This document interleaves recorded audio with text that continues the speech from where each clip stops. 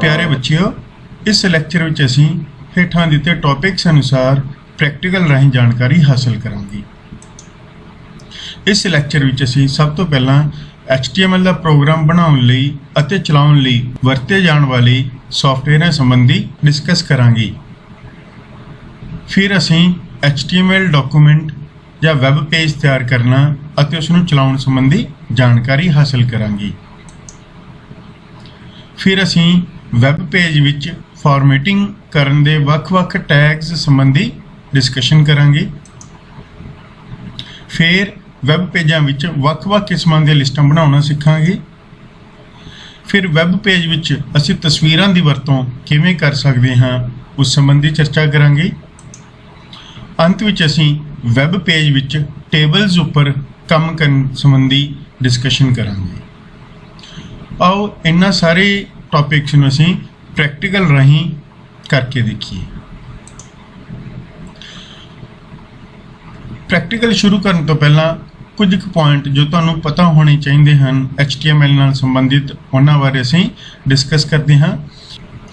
HTML संबंधी जिवें कि तुहानूं पाठ 2 HTML फंडामेंटल्स विच दस्सिया गया सी कि HTML दी वरतों वैब पेज बनाउण लई कीती जांदी है। वैब पेजां दे समूह तो वैबसाइट बनती है। उदाहरण लई असीं पंजाब स्कूल सिक्ख्या बोर्ड की वैबसाइट खोली है। यही उस वैबसाइट का पहला वैब पेज है। इस उपर बहुत सारे लिंक बने हुए हैं जिन्हां उपर क्लिक करके होर वैब पेज खुल जाते हैं। प्यारे बच्चों, इन्हां वैब पेजां नूं बनाउण लई असीं HTML की वरतों करते हैं। इस तरह के पेज असीं HTML की सहायता नाल बनाउणे सिखांगे। वैब पेज देखने लई सानूं वैब ब्राउज़र की जरूरत पैंदी है। तो वैब ब्राउज़र हुंदा की है? जिवें कि तुसीं इस तो पहला पंजाब स्कूल सिक्ख्या बोर्ड का वैब पेज देखिया सी, ओह वैब पेज असीं वैब ब्राउज़र विच ओपन किया होया सी। वैब ब्राउज़र ओह प्रोग्राम हुंदे हन जिन्हां दी मदद नाल असीं अपने कंप्यूटर उपर वैब पेजां नूं खोल के देख सकते हाँ। बहुत वख-वख किस्मां दे वैब ब्राउज़र उपलब्ध हैं, जिवें कि internet explorer, Google chrome, Firefox आदि। Internet explorer window operating system का इनबिल्ट वैब ब्राउज़र है, अर्थात यह वैब ब्राउज़र हर विंडो विच पहला तो ही मौजूद हुंदा है। जदों कि गूगल क्रोम, फायरफॉक्स, ओपेरा आदि यह सारे वैब ब्राउज़र असीं इंटरनेट तो डाउनलोड करके इंस्टॉल करते हाँ। भाव कंप्यूटर विच इन्हां नूं स्पैशल वखरे तौर ते ऐड करना पैंदा है। यही कुछ महत्वपूर्ण वैब ब्राउज़रां दे आइकॉन तुहानूं दर्शाए गए हैं। यह पहला जो आइकॉन है गूगल क्रोम नूं दर्शाउंदा है। तुसीं आइकॉन देख के ही उस वैब ब्राउज़र की पहचान करनी सीखनी है। यही इंटरनेट एक्सप्लोरर नूं दर्शाउंदा है। यही मोजिला फायरफॉक्स नूं दर्शाउंदा है। यही सफारी वैब ब्राउज़र नूं दर्शाउंदा है। जदों असीं गूगल क्रोम वैब ब्राउज़र खोलांगे तां ओह इस तरह नज़र आवेगा। यही गूगल क्रोम वैब ब्राउज़र नूं ओपन करके तुहानूं दर्शाया गया है। वैब पेज बनाउण लई सानूं टैक्सट एडिटर की वरतों करनी पैंदी है। टैक्सट एडिटर ओह प्रोग्राम हुंदा है जिस विच असीं सधारण टैक्सट टाइप कर सकते हाँ। वैब पेज बनाउण लई असीं कोई भी टैक्सट एडिटर वरत सकते हाँ। उदाहरण लई notepad, notepad plus plus, HTML editor आदि। इन्हां विचों नोटपैड जो एडिटर है वह विंडो का इनबिल्ट भाग है। भाव यही टैक्सट एडिटर विंडो विच पहलां तो ही मौजूद हुंदा है। जदों कि यह बाकी जो टैक्सट एडिटर हैं उन्हां नूं असीं इंटरनेट तो डाउनलोड करके अपने कंप्यूटर विच ऐड कर सकते हाँ। असीं अपने इस HTML के लैक्चर दौरान नोटपैड प्लस प्लस की वरतों करके वैब पेजां नूं बनाउणा सिखांगे। ਨੋਟਪੈਡ++ ਅਤੇ ਨੋਟਪੈਡ ਦੇਖਣ ਵਿੱਚ ਆਲਮੋਸਟ ਇੱਕੋ ਜਿਹੇ ਹਨ। ਦੋਵਾਂ ਵਿੱਚ ਪ੍ਰੋਗਰਾਮ ਬਣਾਉਣ ਵਿੱਚ ਕੋਈ ਅੰਤਰ ਨਹੀਂ।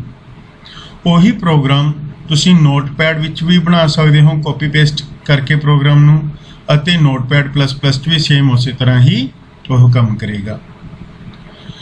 ਸਿਰਫ ਨੋਟਪੈਡ++ ਦਾ ਫਾਇਦਾ ਇਹ ਹੈ ਕਿ ਸਾਨੂੰ ਇਹ ਕੁਝ ਐਡੀਸ਼ਨਲ ਸਹੂਲਤਾਂ ਵੀ ਪ੍ਰਦਾਨ ਕਰਦਾ ਹੈ। ਨੋਟਪੈਡ++ ਵਿੱਚ ਵੱਖ-ਵੱਖ ਟੈਬਸ ਵਿੱਚ ਵੱਖ-ਵੱਖ HTML ਦੇ ਫਾਈਲਾਂ ਨੂੰ ਖੋਲ੍ਹ ਕੇ ਰੱਖਿਆ ਜਾ ਸਕਦਾ ਹੈ, ਜਦਕਿ ਨੋਟਪੈਡ ਵਿੱਚ ਇੱਕ ਸਮੇਂ ਇੱਕੋ ਹੀ ਫਾਈਲ ਓਪਨ ਰਹਿ ਸਕਦੀ ਹੈ। ਇਸ ਤੋਂ ਇਲਾਵਾ ਜੇਕਰ ਅਸੀਂ ਉਸ ਵੈਬ ਪੇਜ ਨੂੰ ਜੋ ਅਸੀਂ ਨੋਟਪੈਡ++ ਵਿੱਚ ਬਣਾਇਆ ਹੈ ਉਸ ਨੂੰ ਕਿਸੇ ਵੈਬ ਬਰਾਊਜ਼ਰ ਵਿੱਚ ਖੋਲ੍ਹਣ ਲਈ ਵੀ ਇਸ ਵਿੱਚ ਆਪਸ਼ਨਾਂ ਮੌਜੂਦ ਹੁੰਦੀਆਂ ਹਨ, ਜਦਕਿ ਨੋਟਪੈਡ ਵਿੱਚ ਉਸ ਵੈਬ ਪੇਜ ਨੂੰ ਚਲਾਉਣ ਲਈ ਜੋ ਅਸੀਂ ਨੋਟਪੈਡ ਵਿੱਚ ਬਣਾਇਆ ਹੈ ਉਸ ਵੈਬ ਪੇਜ ਨੂੰ ਚਲਾਉਣ ਲਈ ਸਾਨੂੰ ਵੱਖਰੇ ਤੌਰ 'ਤੇ ਅਲੱਗ ਤੋਂ ਵੈਬ ਬਰਾਊਜ਼ਰ ਨੂੰ ਓਪਨ ਕਰਨਾ ਪਵੇਗਾ। ਨੋਟਪੈਡ ਵਿੱਚ ਕੋਈ ਵੀ ਅਜਿਹੀ ਕਮਾਂਡ ਮੌਜੂਦ ਨਹੀਂ ਹੈ ਜਿਸ ਨਾਲ ਉਸ ਵਿੱਚ ਬਣੇ ਵੈਬ ਪੇਜ ਨੂੰ ਅਸੀਂ ਸਿੱਧਾ ਵੈਬ ਬਰਾਊਜ਼ਰ ਵਿੱਚ ਖੋਲ੍ਹ ਸਕੀਏ, ਜਦਕਿ ਨੋਟਪੈਡ++ ਵਿੱਚ ਇਹੀ ਕੰਮ ਕਰਨ ਲਈ ਸਾਨੂੰ ਪਹਿਲਾਂ ਤੋਂ ਹੀ ਇੱਕ ਆਪਸ਼ਨ ਮੁਹੱਈਆ ਕਰਵਾਈ ਗਈ ਹੁੰਦੀ ਹੈ। ਇਸ ਲਈ ਅਸੀਂ ਨੋਟਪੈਡ++ ਨੂੰ ਆਪਣੀਆਂ ਇਹਨਾਂ ਉਦਾਹਰਨਾਂ ਵਿੱਚ ਵਰਤਾਂਗੇ ਤਾਂ ਜੋ ਤੁਹਾਨੂੰ ਉਹਨਾਂ ਉੱਪਰ HTML ਫਾਈਲਾਂ ਉੱਪਰ ਕੰਮ ਕਰਨਾ ਅਤੇ ਉਹਨਾਂ ਨੂੰ ਚਲਾਉਣਾ ਸੌਖਾ ਹੋ ਜਾਵੇ। ਨੋਟਪੈਡ++ ਇੱਕ ਅਜਿਹਾ ਟੈਕਸਟ ਐਡੀਟਰ ਹੈ ਜੋ ਤੁਸੀਂ ਫ੍ਰੀਲੀ ਬਿਨਾਂ ਕਿਸੇ ਖਰਚੇ ਦੇ ਇੰਟਰਨੈਟ ਤੋਂ ਡਾਊਨਲੋਡ ਕਰ ਸਕਦੇ ਹੋ ਅਤੇ ਬਿਨਾਂ ਕੋਈ ਲਾਇਸੈਂਸ ਪਰਚੇਜ਼ ਕੀਤੇ, ਬਿਨਾਂ ਕੋਈ ਪੇਮੈਂਟ ਦਿੱਤੇ ਉਸ ਨੂੰ ਵਰਤ ਸਕਦੇ ਹੋ। ਇਹ ਹੈ ਨੋਟਪੈਡ ਦਾ ਆਈਕਨ ਅਤੇ ਇਹ ਹੈ ਨੋਟਪੈਡ++ ਦਾ ਆਈਕਨ। ਆਓ ਹੁਣ ਅਸੀਂ ਦੇਖਦੇ ਹਾਂ ਕਿਸ ਤਰ੍ਹਾਂ ਅਸੀਂ ਨੋਟਪੈਡ++ ਨੂੰ ਇੰਟਰਨੈਟ ਤੋਂ ਡਾਊਨਲੋਡ ਕਰਾਂਗੇ ਅਤੇ ਕੰਪਿਊਟਰ ਵਿੱਚ ਇੰਸਟਾਲ ਕਰਾਂਗੇ। ਆਓ ਦੇਖਦੇ ਹਾਂ ਅਸੀਂ ਨੋਟਪੈਡ++ ਨੂੰ ਕਿਵੇਂ ਡਾਊਨਲੋਡ ਅਤੇ ਇੰਸਟਾਲ ਕਰਾਂਗੇ। ਸਭ ਤੋਂ ਪਹਿਲਾਂ ਅਸੀਂ ਗੂਗਲ ਕ੍ਰੋਮ ਜਾਂ ਕਿਸੇ ਵੀ ਵੈਬ ਬਰਾਊਜ਼ਰ ਨੂੰ ਕਲਿੱਕ ਕਰਕੇ ਓਪਨ ਕਰਾਂਗੇ, ਜਿਵੇਂ ਕਿ ਅਸੀਂ ਗੂਗਲ ਕ੍ਰੋਮ ਨੂੰ ਓਪਨ ਕੀਤਾ ਹੈ। ਇਸ ਵਿੱਚ ਤੁਸੀਂ ਨੋਟਪੈਡ++ ਡਾਊਨਲੋਡ ਟਾਈਪ ਕਰਨਾ ਹੈ ਅਤੇ ਇਸ ਵਿੱਚ ਡਾਊਨਲੋਡ ਨੋਟਪੈਡ++ ਦਾ ਸਭ ਤੋਂ ਪਹਿਲਾ ਲਿੰਕ ਜੋ ਤੁਹਾਨੂੰ ਦਿਖਾਈ ਦੇ ਰਿਹਾ ਹੈ ਉਸ ਉੱਪਰ ਕਲਿੱਕ ਕਰੋ। ਇਹ ਉਸ ਦੇ ਵੱਖ-ਵੱਖ ਵਰਜ਼ਨ ਦਿਖਾਏ ਗਏ ਹਨ। ਇਸ ਵੀਡੀਓ ਨੂੰ ਬਣਾਉਣ ਵੇਲੇ ਲੇਟੈਸਟ ਵਰਜ਼ਨ 7.8.6 ਚੱਲ ਰਿਹਾ ਹੈ ਨੋਟਪੈਡ++ ਦਾ। ਅਸੀਂ ਇਸ ਨੂੰ ਡਾਊਨਲੋਡ ਕਰਾਂਗੇ, ਕਲਿੱਕ ਕਰਾਂਗੇ ਸਭ ਤੋਂ ਪਹਿਲਾਂ ਇਸ ਨੂੰ ਡਾਊਨਲੋਡ ਕਰਨ ਲਈ। ਤਾਂ ਤੁਹਾਡੇ ਕੰਪਿਊਟਰ ਦੀ ਜੋ ਵਿੰਡੋ ਹੈ ਉਹ 32 ਬਿਟ ਹੈ ਜਾਂ 64 ਬਿਟ ਹੈ, ਉਸ ਅਨੁਸਾਰ ਤੁਸੀਂ ਇੱਕ ਡਾਊਨਲੋਡਰ ਚੂਜ਼ ਕਰਨਾ ਹੈ। ਜੇਕਰ ਤੁਹਾਨੂੰ ਨਹੀਂ ਪਤਾ ਕਿ ਤੁਹਾਡੇ ਕੰਪਿਊਟਰ ਦੀ ਵਿੰਡੋ 32 ਬਿਟ ਹੈ ਜਾਂ 64 ਬਿਟ ਹੈ ਤਾਂ ਤੁਸੀਂ 32 ਬਿਟ ਇੰਸਟਾਲਰ ਉੱਪਰ ਕਲਿੱਕ ਕਰਕੇ ਉਸ ਨੂੰ ਡਾਊਨਲੋਡ ਕਰ ਲਵੋ। ਇਹ ਡਾਊਨਲੋਡ ਬਾਕਸ ਨਜ਼ਰ ਆ ਰਿਹਾ ਹੈ ਜਿਸ ਦਾ ਸਾਈਜ਼ ਲਗਭਗ 3.58 MB ਦਰਸਾਇਆ ਗਿਆ ਹੈ। ਸਟਾਰਟ ਡਾਊਨਲੋਡ ਤੇ ਕਲਿੱਕ ਕਰਕੇ ਇਸ ਨੂੰ ਡਾਊਨਲੋਡ ਕਰ ਲਵੋ। ਛੋਟਾ ਜਿਹਾ ਸੌਫਟਵੇਅਰ ਹੈ, ਬਹੁਤ ਜਲਦੀ ਡਾਊਨਲੋਡ ਹੋ ਜਾਵੇਗਾ। ਹੁਣ ਅਸੀਂ ਉਸ ਲੋਕੇਸ਼ਨ ਨੂੰ ਓਪਨ ਕਰਾਂਗੇ ਜਿੱਥੇ ਇਹ ਡਾਊਨਲੋਡ ਹੋਇਆ ਹੈ। ਜਿਸ ਲੋਕੇਸ਼ਨ ਉੱਪਰ ਤੁਹਾਡੀ ਉਹ ਡਾਊਨਲੋਡ ਫਾਈਲ ਡਾਊਨਲੋਡ ਹੋਈ ਹੈ ਉਸ ਲੋਕੇਸ਼ਨ ਉੱਪਰ ਜਾ ਕੇ ਤੁਸੀਂ ਉਸ ਫਾਈਲ ਨੂੰ ਡਬਲ ਕਲਿੱਕ ਕਰਕੇ ਓਪਨ ਕਰ ਲਵੋ। ਸੈਟਅਪ ਵਿਜ਼ਾਰਡ ਸ਼ੁਰੂ ਹੋ ਜਾਵੇਗਾ। ਇਸ ਵਿੱਚ ਸਭ ਤੋਂ ਪਹਿਲਾਂ ਲੈਂਗੁਏਜ ਦੀ ਚੋਣ ਕਰਨੀ ਹੈ। ਅਸੀਂ ਇੰਗਲਿਸ਼ ਲੈਂਗੁਏਜ ਹੀ ਰੱਖਣੀ ਹੈ। ਫਿਰ ਓਕੇ ਉੱਪਰ ਕਲਿੱਕ ਕਰਨਾ ਹੈ। ਸੈਟਅਪ ਵਿਜ਼ਾਰਡ ਓਪਨ ਹੋ ਗਿਆ। ਨੈਕਸਟ ਬਟਨ ਤੇ ਕਲਿੱਕ ਕਰੋ। ਇਹ ਲਾਇਸੈਂਸ ਐਗਰੀਮੈਂਟ ਹੈ। ਆਈ ਐਗਰੀ ਉੱਪਰ ਕਲਿੱਕ ਕਰੋ। ਇਹ ਉਸ ਲੋਕੇਸ਼ਨ ਨੂੰ ਦਰਸਾ ਰਿਹਾ ਹੈ ਜਿੱਥੇ ਤੁਹਾਡਾ ਇਹ ਸੌਫਟਵੇਅਰ ਇੰਸਟਾਲ ਹੋਣ ਤੋਂ ਬਾਅਦ ਆਪਣੀਆਂ ਫਾਈਲਾਂ ਨੂੰ ਸਟੋਰ ਕਰੇਗਾ। ਨੈਕਸਟ ਉੱਪਰ ਕਲਿੱਕ ਕਰੋ। ਇਹ ਵੱਖ-ਵੱਖ ਆਪਸ਼ਨਸ ਹਨ ਜੋ ਤੁਹਾਨੂੰ ਇੰਸਟਾਲੇਸ਼ਨ ਨਾਲ ਸੰਬੰਧਿਤ ਪੁੱਛੀਆਂ ਗਈਆਂ ਹਨ। ਕੋਈ ਵੀ ਆਪਸ਼ਨ ਬਦਲਣ ਦੀ ਜ਼ਰੂਰਤ ਨਹੀਂ ਹੈ। डिफॉल्ट ਆਪਸ਼ਨਾਂ ਦੀ ਵਰਤੋਂ ਕਰਦੇ ਹੋਏ ਨੈਕਸਟ ਉੱਪਰ ਕਲਿੱਕ ਕਰੋ। ਜੇਕਰ ਤੁਸੀਂ ਡੈਸਕਟਾਪ ਉੱਪਰ ਇਸ ਦਾ ਸ਼ਾਰਟਕਟ ਬਣਾ ਕੇ ਰੱਖਣਾ ਚਾਹੁੰਦੇ ਹੋ ਤਾਂ ਇਸ ਆਪਸ਼ਨ ਤੇ ਕਲਿੱਕ ਕਰੋ। ਇਸ ਆਪਸ਼ਨ ਉੱਪਰ ਟਿਕ ਕਰਨ ਨਾਲ ਕਲਿੱਕ ਕਰਨ ਨਾਲ ਇਸ ਸੌਫਟਵੇਅਰ ਦਾ ਇੱਕ ਸ਼ਾਰਟਕਟ ਆਈਕਨ ਤੁਹਾਡੇ ਡੈਸਕਟਾਪ ਉੱਪਰ ਆਪਣੇ ਆਪ ਬਣ ਜਾਵੇਗਾ। ਹੁਣ ਇੰਸਟਾਲ ਬਟਨ ਤੇ ਕਲਿੱਕ ਕਰ ਦਿਓ।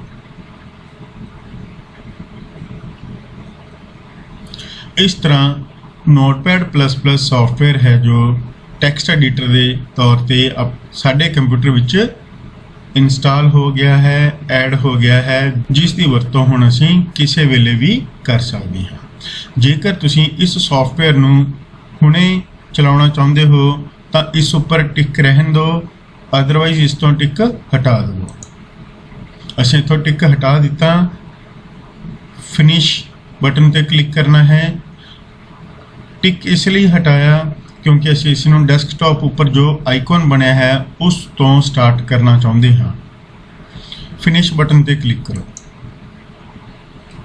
हुण इस फोल्डर लोकेशन नूं भी बंद कर दवो। इस वैब ब्राउज़र नूं भी बंद कर दवो। ये देखो तुहाडे कोल डेस्कटॉप उपर नोटपैड++ का एक शॉर्टकट आइकॉन बन चुका है। हुण जदों भी तुसीं HTML का प्रोग्राम बनाउणा होवेगा इस आइकॉन उपर डबल क्लिक करके इस प्रोग्राम नूं खोल सकते हो। असीं डबल क्लिक किया अते यह नोटपैड का प्रोग्राम खुल गया। नोटपैड++ ਨੂੰ डाउनलोड ਅਤੇ इंस्टॉल करने उपरंत आओ ਹੁਣ ਅਸੀਂ HTML डॉक्यूमेंट का ढांचा समझते हाँ। जिवें कि असीं पार्ट दूजे ਦੇ वीडियो लैक्चर विच डिस्कस किया सी HTML का हरेक डॉक्यूमेंट दो भागों में वंडिया गया हुंदा है। पहला भाग हैड भाग कहलांदा है ਅਤੇ दूजा भाग बॉडी भाग अखवाउंदा है। यह दोवें भाग HTML ਦੇ ओपनिंग ਅਤੇ क्लोजिंग टैग विच रखे जाते हैं। किसी भी HTML डॉक्यूमेंट की शुरुआत करने लई सानू HTML का ओपनिंग टैग लगाना पैंदा है ਅਤੇ उस डॉक्यूमेंट नू खत्म करने लई एंड करने लई सानू HTML का क्लोजिंग टैग लगाना पैंदा है। HTML दे इस ओपनिंग ਅਤੇ क्लोजिंग टैग विचकार ही असीं हैड भाग ਅਤੇ बॉडी भाग की वरतों करांगे। हैड भाग नू शुरू करने लई ओपनिंग हैड टैग वरत्या जाता है ਅਤੇ बंद करने लई क्लोजिंग हैड टैग वरत्या जाता है। किसी टैग नू क्लोज करने लई इस स्लैश की वरतों की जाती है। ओपनिंग टैग दसदा है कि वह भाग कित्थों शुरू हो रहा है। क्लोजिंग टैग यह दसदा है कि वह भाग कित्थे तक चलेगा। हैड भाग विच असीं वैब पेज का टाइटल लिखते हाँ, जदों कि बॉडी भाग विच असीं वैब पेज विच दिखाई जाने वाली जानकारी लिखते हाँ। बॉडी भाग नूं शुरू करने लई ओपनिंग बॉडी टैग ਅਤੇ बंद करने लई क्लोजिंग बॉडी टैग वरत्या जाता है। आओ हुण एक उदाहरण की सहायता नाल वैब पेज के हैड ਅਤੇ बॉडी भाग नूं देखिए। यह है पंजाब स्कूल सिक्ख्या बोर्ड की वैबसाइट का पहला पेज जिसनूं होम पेज भी कहा जाता है। इसनूं असीं एक वैब ब्राउज़र विच खोलिया है जिस विच असीं पंजाब स्कूल सिक्ख्या बोर्ड की वैबसाइट का एड्रैस जिसनूं URL भी कहा जाता है टाइप करके ओपन किया है। पंजाब स्कूल सिक्ख्या बोर्ड की वैबसाइट खोलने लई वैब ब्राउज़र के एड्रैस बार विच pseb.ac.in लिख के एंटर किया जाता है। इस तरह करने नाल साडे कोल पंजाब स्कूल सिक्ख्या बोर्ड की साइट का पहला पेज ओपन हो जाएगा। जिमें कि तुसीं ऊपर देख पा रहे हो welcome to PSEB phase 8 Mohali. यही इस वैब पेज का टाइटल है। जिस तरह तुहानूं इस चित्र विच दिखाया गया है यही HTML वैब पेज का हैड भाग है जिस विच टाइटल नूं दर्शाया गया है। ਅਤੇ ਜੋ ਕੰਟੈਂਟ ਤੁਸੀਂ ਹੇਠਾਂ ਦੇਖ ਪਾ ਰਹੇ ਹੋ ਉਹ ਵੈਬ ਪੇਜ ਦੀ ਬੋਡੀ ਭਾਗ ਵਿੱਚ ਮੌਜੂਦ ਹੋਣਗੇ। ਜਦੋਂ ਅਸੀਂ ਕੋਈ ਵੈਬ ਪੇਜ ਬਣਾਵਾਂਗੇ ਤਾਂ ਉਸ ਨੂੰ HTML ਟੈਗਸ ਵਿੱਚ ਰੱਖਦੇ ਹੋਏ ਹੈਡ ਭਾਗ ਅਤੇ ਬੋਡੀ ਭਾਗ ਨੂੰ ਬਣਾ ਕੇ ਇਸ ਤਰ੍ਹਾਂ ਦੇ ਵੈਬ ਪੇਜ ਨੂੰ ਤਿਆਰ ਕਰ ਸਕਦੇ ਹਾਂ। ਆਓ ਹੁਣ HTML ਡਾਕੂਮੈਂਟ ਦੀ ਉਦਾਹਰਨ ਦੇਖਦੇ ਹਾਂ। ਸਭ ਤੋਂ ਪਹਿਲਾਂ HTML ਡਾਕੂਮੈਂਟ ਸ਼ੁਰੂ ਕਰਨ ਲਈ HTML ਟੈਗ ਵਰਤਿਆ ਜਾਵੇਗਾ, ਫਿਰ ਉਸ ਵਿੱਚ ਹੈਡ ਭਾਗ ਬਣਾਇਆ ਜਾਵੇਗਾ, ਫਿਰ ਉਸ ਵਿੱਚ ਬੋਡੀ ਭਾਗ ਬਣਾਇਆ ਜਾਵੇਗਾ, ਫਿਰ HTML ਡਾਕੂਮੈਂਟ ਨੂੰ ਕਲੋਜ਼ ਕਰ ਦਿੱਤਾ ਜਾਵੇਗਾ। ਹੈਡ ਭਾਗ ਬਣਾਉਣ ਲਈ ਹੈਡ ਟੈਗ ਦੀ ਵਰਤੋਂ ਕੀਤੀ ਗਈ ਹੈ, ਬੋਡੀ ਭਾਗ ਲਈ ਬੋਡੀ ਟੈਗ ਦੀ ਵਰਤੋਂ ਕੀਤੀ ਗਈ ਹੈ। ਹੈਡ ਭਾਗ ਵਿੱਚ ਟਾਈਟਲ ਦਰਸਾਉਣ ਲਈ ਟਾਈਟਲ ਟੈਗਸ ਦੀ ਵਰਤੋਂ ਕੀਤੀ ਜਾਂਦੀ ਹੈ। ਜਿਸ ਤਰ੍ਹਾਂ ਕਿ ਅਸੀਂ ਪੰਜਾਬ ਸਕੂਲ ਸਿੱਖਿਆ ਬੋਰਡ ਦੀ ਸਾਈਟ ਦੇ ਹੋਮ ਪੇਜ ਉੱਪਰ ਦੇਖਿਆ ਸੀ, ਟਾਈਟਲ ਭਾਗ ਵਿੱਚ ਇੱਕ ਟਾਈਟਲ ਨਜ਼ਰ ਆ ਰਿਹਾ ਸੀ। ਉਹ ਟਾਈਟਲ ਅਸੀਂ ਹੈਡ ਭਾਗ ਦੇ ਟਾਈਟਲ ਟੈਗ ਵਿੱਚ ਲਿਖ ਕੇ ਦਰਸਾ ਸਕਦੇ ਹਾਂ। ਔਰ ਜੋ ਵੈਬ ਪੇਜ ਦੇ ਕੰਟੈਂਟ ਦੇਖ ਰਹੇ ਸੀ ਉਹਨਾਂ ਲਈ ਅਸੀਂ ਇਸ ਬੋਡੀ ਭਾਗ ਦੀ ਵਰਤੋਂ ਕਰਾਂਗੇ। ਇਸ ਉਦਾਹਰਨ ਵਿੱਚ ਅਸੀਂ ਹੈਡ ਟੈਗ ਵਿੱਚ ਟਾਈਟਲ ਟੈਗ ਦੀ ਵਰਤੋਂ ਕਰਦੇ ਹੋਏ government senior secondary school girls Sunam title ਨੂੰ ਦਰਸਾਇਆ ਹੈ ਅਤੇ ਇਸ ਦੇ ਬੋਡੀ ਭਾਗ ਵਿੱਚ ਅਸੀਂ ਇੱਕ ਸਿੰਪਲ ਮੈਸੇਜ ਦਰਸਾਇਆ ਹੈ, ਵੈਲਕਮ ਟੂ ਆਵਰ ਸਕੂਲ। ਜਦੋਂ ਇਸ ਡਾਕੂਮੈਂਟ ਨੂੰ ਵੈਬ ਬਰਾਊਜ਼ਰ ਵਿੱਚ ਖੋਲ੍ਹਿਆ ਜਾਵੇਗਾ ਤਾਂ ਟਾਈਟਲ ਵਿੱਚ ਸਾਨੂੰ ਇਹ ਮੈਸੇਜ ਸ਼ੋ ਹੋਵੇਗਾ ਅਤੇ ਜਿੱਥੇ ਮੁੱਖ ਕੰਟੈਂਟ ਸ਼ੋ ਹੁੰਦੇ ਹਨ ਭਾਵ ਬੋਡੀ ਭਾਗ ਵਿੱਚ ਸਾਨੂੰ ਇਹ ਮੈਸੇਜ ਆਵੇਗਾ। ਆਓ ਹੁਣ ਇਸ ਉਦਾਹਰਨ ਨੂੰ ਪ੍ਰੈਕਟੀਕਲ ਰਾਹੀਂ ਕਰਕੇ ਦੇਖਦੇ ਹਾਂ। ਸਭ ਤੋਂ ਪਹਿਲਾਂ ਅਸੀਂ ਇਹ ਪ੍ਰੋਗਰਾਮ ਸਧਾਰਨ ਨੋਟਪੈਡ ਵਿੱਚ ਬਣਾਵਾਂਗੇ, ਫਿਰ ਇਸੇ ਪ੍ਰੋਗਰਾਮ ਨੂੰ ਅਸੀਂ Notepad++ ਵਿੱਚ ਬਣਾਵਾਂਗੇ। ਨੋਟਪੈਡ ਖੋਲ੍ਹਣ ਲਈ ਕੀਬੋਰਡ ਤੋਂ ਵਿੰਡੋ ਅਤੇ R ਬਟਨ ਦਬਾਓ। ਰਨ ਬਾਕਸ ਖੁੱਲੇਗਾ। ਇਸ ਰਨ ਬਾਕਸ ਵਿੱਚ ਨੋਟਪੈਡ ਟਾਈਪ ਕਰੋ, NOTEPAD। ਨੋਟਪੈਡ ਟਾਈਪ ਕਰਕੇ ਤੁਸੀਂ ਓਕੇ ਬਟਨ ਉੱਪਰ ਕਲਿੱਕ ਕਰ ਦਿਓ। ਤੁਹਾਡੀ ਸਕਰੀਨ ਉੱਪਰ ਨੋਟਪੈਡ ਓਪਨ ਹੋ ਜਾਵੇਗੀ। ਇਹ ਦੇਖੋ, ਇਹ ਹੈ ਨੋਟਪੈਡ। ਨੋਟਪੈਡ ਵਿੱਚ ਅਸੀਂ HTML ਦੀ ਉਦਾਹਰਨ ਅਨੁਸਾਰ ਸਭ ਤੋਂ ਪਹਿਲਾਂ HTML ਟੈਗ ਸ਼ੁਰੂ ਕਰਾਂਗੇ। ਇਸ ਵਿੱਚ ਹੈਡ ਭਾਗ ਸ਼ੁਰੂ ਅਤੇ ਬੰਦ ਕਰਾਂਗੇ, ਫਿਰ ਬੋਡੀ ਭਾਗ ਬਣਾਵਾਂਗੇ ਜਿਸ ਲਈ ਬੋਡੀ ਟੈਗ ਸ਼ੁਰੂ ਅਤੇ ਬੋਡੀ ਟੈਗ ਬੰਦ ਕੀਤਾ ਜਾਵੇਗਾ। ਅੰਤ ਵਿੱਚ ਅਸੀਂ HTML ਡਾਕੂਮੈਂਟ ਨੂੰ ਬੰਦ ਕਰ ਦੇਵਾਂਗੇ। ਪਿਆਰੇ ਵਿਦਿਆਰਥੀਓ, ਜੇ ਤੁਹਾਨੂੰ ਨੋਟਪੈਡ ਵਿੱਚ ਇਹਨਾਂ ਅੱਖਰਾਂ ਦਾ ਸਾਈਜ਼ ਛੋਟਾ ਲੱਗਦਾ ਹੈ ਤਾਂ ਤੁਸੀਂ ਫਾਰਮੈਟ ਟੈਗ ਵਿੱਚ ਫੌਂਟ ਆਪਸ਼ਨ ਦੀ ਮਦਦ ਕਰਦੇ ਹੋਏ ਇਹਨਾਂ ਅੱਖਰਾਂ ਦੇ ਸਾਈਜ਼ ਨੂੰ ਵੱਡਾ ਕਰ ਸਕਦੇ ਹੋ। ਫੌਂਟ ਡਾਇਲੌਗ ਬਾਕਸ ਵਿੱਚ ਤੁਸੀਂ ਜੋ ਵੀ ਅੱਖਰਾਂ ਦਾ ਸਾਈਜ਼ ਸੈੱਟ ਕਰਨਾ ਚਾਹੁੰਦੇ ਹੋ ਜਾਂ ਉਸ ਨੂੰ ਬੋਲਡ ਵਗੈਰਾ ਕਰਨਾ ਚਾਹੁੰਦੇ ਹੋ ਤਾਂ ਤੁਸੀਂ ਉਹ ਸਿਲੈਕਟ ਕਰਕੇ ਓਕੇ ਉੱਪਰ ਕਲਿੱਕ ਕਰ ਦੇਵੋਗੇ। ਇਸ ਤਰ੍ਹਾਂ ਤੁਹਾਨੂੰ ਅੱਖਰ ਬੜੇ ਸਾਈਜ਼ ਵਿੱਚ ਨਜ਼ਰ ਆਉਣਗੇ। ਆਓ ਸਭ ਤੋਂ ਪਹਿਲਾਂ ਹੈਡ ਭਾਗ ਵਿੱਚ ਟਾਈਟਲ ਸੈੱਟ ਕਰੀਏ। ਟਾਈਟਲ ਬਣਾਉਣ ਲਈ ਟਾਈਟਲ ਟੈਗ ਦੀ ਵਰਤੋਂ ਕਰਾਂਗੇ ਜਿਸ ਵਿੱਚ ਮੈਂ ਆਪਣੇ ਸਕੂਲ ਦਾ ਨਾਮ ਦਰਸਾ ਰਿਹਾ ਹਾਂ। ਫਿਰ ਟਾਈਟਲ ਲਿਖਣ ਤੋਂ ਬਾਅਦ ਟਾਈਟਲ ਟੈਗ ਨੂੰ ਕਲੋਜ਼ ਕੀਤਾ ਜਾਵੇਗਾ। ਭਾਵ ਸਾਡੇ ਵੈਬ ਪੇਜ ਦਾ ਟਾਈਟਲ ਇਸ ਪੁਆਇੰਟ ਤੋਂ ਸ਼ੁਰੂ ਹੋਇਆ ਅਤੇ ਇਸ ਪੁਆਇੰਟ ਤੱਕ ਉਹ ਟਾਈਟਲ ਚੱਲਿਆ ਤੇ ਉਸ ਤੋਂ ਬਾਅਦ ਉਹ ਟਾਈਟਲ ਖਤਮ ਹੋ ਗਿਆ। ਇੱਥੇ ਹੈਡ ਭਾਗ ਪੂਰਾ ਹੋ ਚੁੱਕਿਆ ਹੈ। ਹੁਣ ਅਸੀਂ ਬੋਡੀ ਭਾਗ ਵਿੱਚ ਜੋ ਦਿਖਾਉਣਾ ਚਾਹੁੰਦੇ ਹਾਂ ਉਹ ਟਾਈਪ ਕਰਾਂਗੇ। ਅਸੀਂ ਬੋਡੀ ਭਾਗ ਵਿੱਚ ਇੱਕ welcome message, welcome to our school ਲਿਖਾਂਗੇ। HTML ਡਾਕੂਮੈਂਟ ਨੂੰ ਤਿਆਰ ਕਰਨ ਤੋਂ ਬਾਅਦ ਅਸੀਂ ਇਸ ਨੂੰ ਵੈਬ ਪੇਜ ਦੇ ਤੌਰ ਤੇ ਸੇਵ ਕਰਾਂਗੇ। ਇਸ ਡਾਕੂਮੈਂਟ ਨੂੰ ਸੇਵ ਕਰਨ ਲਈ ਫਾਈਲ ਮੈਨੂ ਵਿੱਚ ਸੇਵ ਆਪਸ਼ਨ ਤੇ ਕਲਿੱਕ ਕਰੋ ਜਾਂ Ctrl+S ਸ਼ਾਰਟਕਟ ਕੀ ਦੀ ਵਰਤੋਂ ਕਰਦੇ ਹੋਏ ਵੀ ਤੁਸੀਂ ਇਸ ਫਾਈਲ ਨੂੰ ਸੇਵ ਕਰ ਸਕਦੇ ਹੋ। ਜਦੋਂ ਤੁਸੀਂ ਇਸ ਡਾਕੂਮੈਂਟ ਨੂੰ ਪਹਿਲੀ ਵਾਰ ਸੇਵ ਕਰੋਗੇ ਤਾਂ ਤੁਹਾਡੇ ਤੋਂ ਇਹ ਫਾਈਲ ਦਾ ਨਾਮ ਪੁੱਛੇਗਾ। ਤਾਂ ਇਸ ਬਾਕਸ ਵਿੱਚ ਸਭ ਤੋਂ ਪਹਿਲਾਂ ਉਸ ਲੋਕੇਸ਼ਨ ਦੀ ਚੋਣ ਕਰੋ ਜਿੱਥੇ ਤੁਸੀਂ ਇਸ ਫਾਈਲ ਨੂੰ ਸੇਵ ਕਰਕੇ ਰੱਖਣਾ ਚਾਹੁੰਦੇ ਹੋ। ਖੱਬੇ ਪਾਸੇ ਤੁਹਾਨੂੰ ਤੁਹਾਡੇ ਕੰਪਿਊਟਰ ਦੀਆਂ ਵੱਖ-ਵੱਖ ਲੋਕੇਸ਼ਨਸ ਨਜ਼ਰ ਆ ਰਹੀਆਂ ਹਨ। ਇਹਨਾਂ ਵਿੱਚੋਂ ਜਿਸ ਲੋਕੇਸ਼ਨ ਉੱਪਰ ਤੁਸੀਂ ਫਾਈਲ ਨੂੰ ਸੇਵ ਕਰਨਾ ਚਾਹੁੰਦੇ ਹੋ ਉਸ ਉੱਪਰ ਕਲਿੱਕ ਕਰੋ। ਅਸੀਂ ਆਪਣੀ ਫਾਈਲ ਨੂੰ ਡੈਸਕਟਾਪ ਉੱਪਰ ਸੇਵ ਕਰਾਂਗੇ, ਜਿਸ ਕਾਰਨ ਅਸੀਂ ਡੈਸਕਟਾਪ ਆਪਸ਼ਨ ਤੇ ਕਲਿੱਕ ਕੀਤਾ ਹੈ। ਹੁਣ ਫਾਈਲ ਨੇਮ ਬਾਕਸ ਵਿੱਚ ਫਾਈਲ ਦਾ ਨਾਮ ਟਾਈਪ ਕਰੋ। ਮੈਂ ਫਾਈਲ ਦਾ ਨਾਮ test1 ਰੱਖਿਆ ਹੈ। ਫਾਈਲ ਦਾ ਨਾਮ ਟਾਈਪ ਕਰਨ ਤੋਂ ਬਾਅਦ ਇਸ ਨੂੰ ਇੱਕ ਵੈਬ ਪੇਜ ਦੇ ਤੌਰ ਤੇ ਸੇਵ ਕਰਨ ਲਈ ਡਾਟ ਲਗਾ ਕੇ HTML ਟਾਈਪ ਕਰੋ। ਇਹ HTML ਡਾਕੂਮੈਂਟ ਫਾਈਲ ਦੀ ਐਕਸਟੈਂਸ਼ਨ ਹੈ।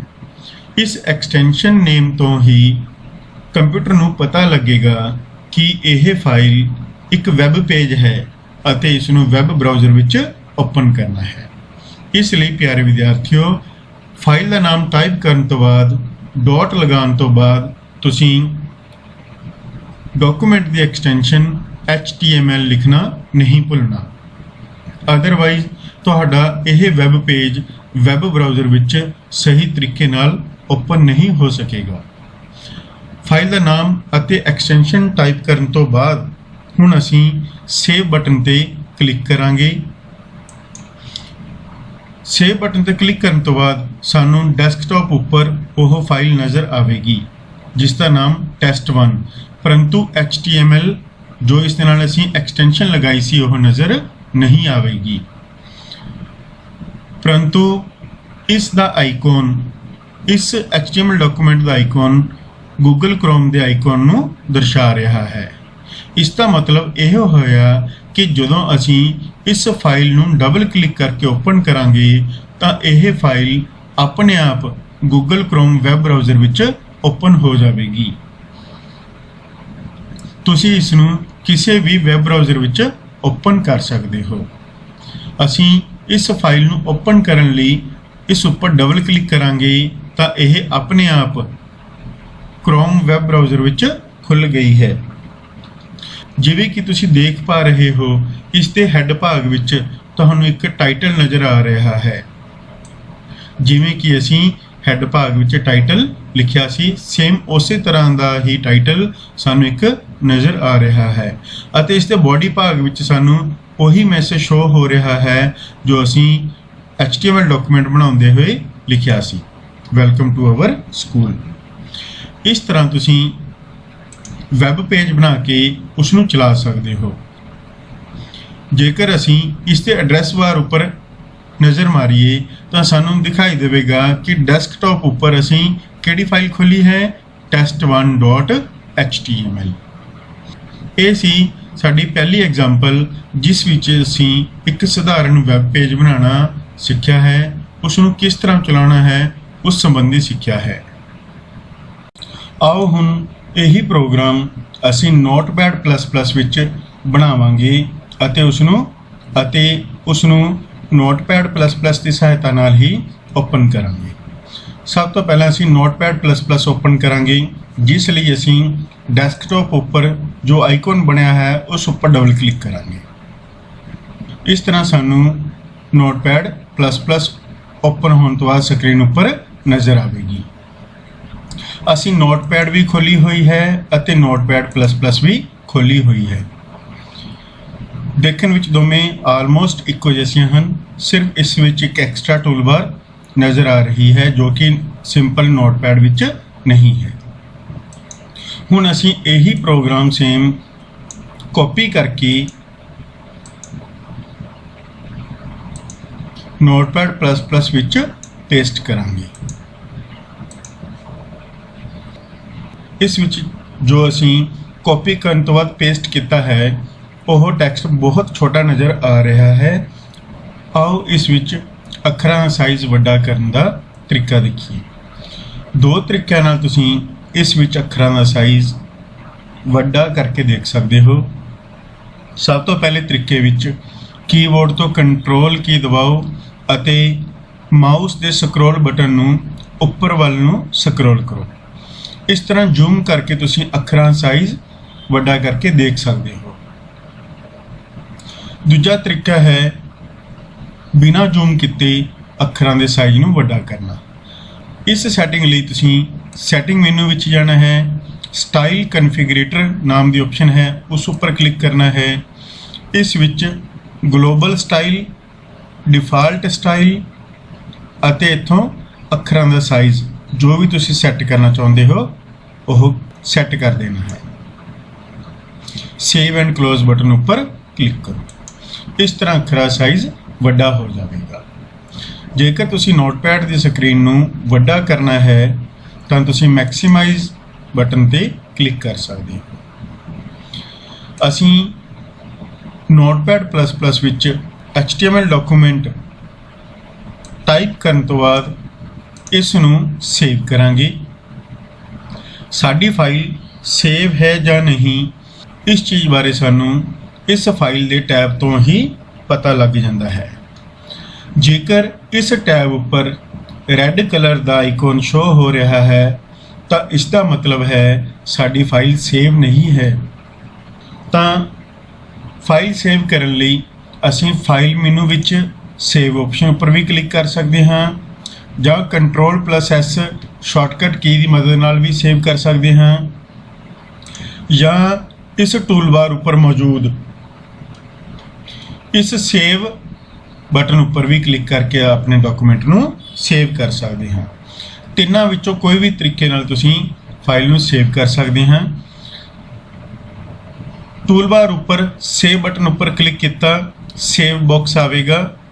ਇਸ ਬਾਕਸ ਵਿੱਚ ਜਿਸ ਲੋਕੇਸ਼ਨ ਤੇ ਤੁਸੀਂ ਫਾਈਲ ਸੇਵ ਕਰਨੀ ਹੈ, ਅਸੀਂ ਪਹਿਲਾਂ ਦੀ ਤਰ੍ਹਾਂ ਹੀ ਡੈਸਕਟਾਪ ਉੱਪਰ ਫਾਈਲ ਸੇਵ ਕਰ ਰਹੇ ਹਾਂ। ਉਸ ਲੋਕੇਸ਼ਨ ਦੀ ਚੋਣ ਕੀਤੀ ਜਿਸ ਉੱਪਰ ਫਾਈਲ ਨੂੰ ਸੇਵ ਕਰਨਾ ਹੈ। ਫਿਰ ਫਾਈਲ ਦਾ ਨਾਮ ਟਾਈਪ ਕਰਨਾ ਹੈ। ਇਸ ਫਾਈਲ ਨੂੰ ਅਸੀਂ ਨਾਮ ਦੇ ਰਹੇ ਹਾਂ test2 ਡਾਟ। ਉਸੇ ਤਰ੍ਹਾਂ ਤੁਸੀਂ ਐਕਸਟੈਂਸ਼ਨ ਹੈ ਜੋ ਇਸ ਡਾਕੂਮੈਂਟ ਦੀ ਉਹ ਲਗਾਉਣੀ ਨਹੀਂ ਭੁੱਲਣੀ। ਫਾਈਲ ਦਾ ਨਾਮ ਦੇਣ ਤੋਂ ਬਾਅਦ ਡਾਟ ਲਗਾ ਕੇ HTML ਫਾਈਲ ਐਕਸਟੈਂਸ਼ਨ ਸੈੱਟ ਕਰੋ ਅਤੇ ਸੇਵ ਬਟਨ ਉੱਪਰ ਕਲਿੱਕ ਕਰੋ। ਸੇਵ ਬਟਨ ਉੱਪਰ ਕਲਿੱਕ ਕਰਦੇ ਸਾਰ ਤੁਹਾਨੂੰ HTML ਦੇ ਟੈਗਸ ਇੱਕ ਅਲੱਗ ਰੰਗ ਵਿੱਚ ਦਿਖਾਈ ਦੇਣਗੇ ਅਤੇ ਸਿੰਪਲ ਟੈਕਸਟ ਹੈ ਜੋ ਉਹ ਅਲੱਗ ਰੰਗ ਵਿੱਚ ਦਿਖਾਈ ਦੇਵੇਗਾ। HTML ਦੇ ਸਾਰੇ ਟੈਗ ਇਸ ਵਿੱਚ ਬਲੂ ਕਲਰ ਵਿੱਚ ਦਿਖਾਈ ਦੇਣਗੇ, ਜਦਕਿ ਸਿੰਪਲ ਨੋਟਪੈਡ ਵਿੱਚ ਇਸ ਤਰ੍ਹਾਂ ਅੱਖਰਾਂ ਦੀ ਜਾਂ ਟੈਗ ਦੀ ਜੋ ਡਿਫਰੈਂਸ਼ੀਏਸ਼ਨ ਹੈ ਰੰਗ ਨਾਲ ਨਹੀਂ ਕੀਤੀ ਜਾ ਸਕਦੀ।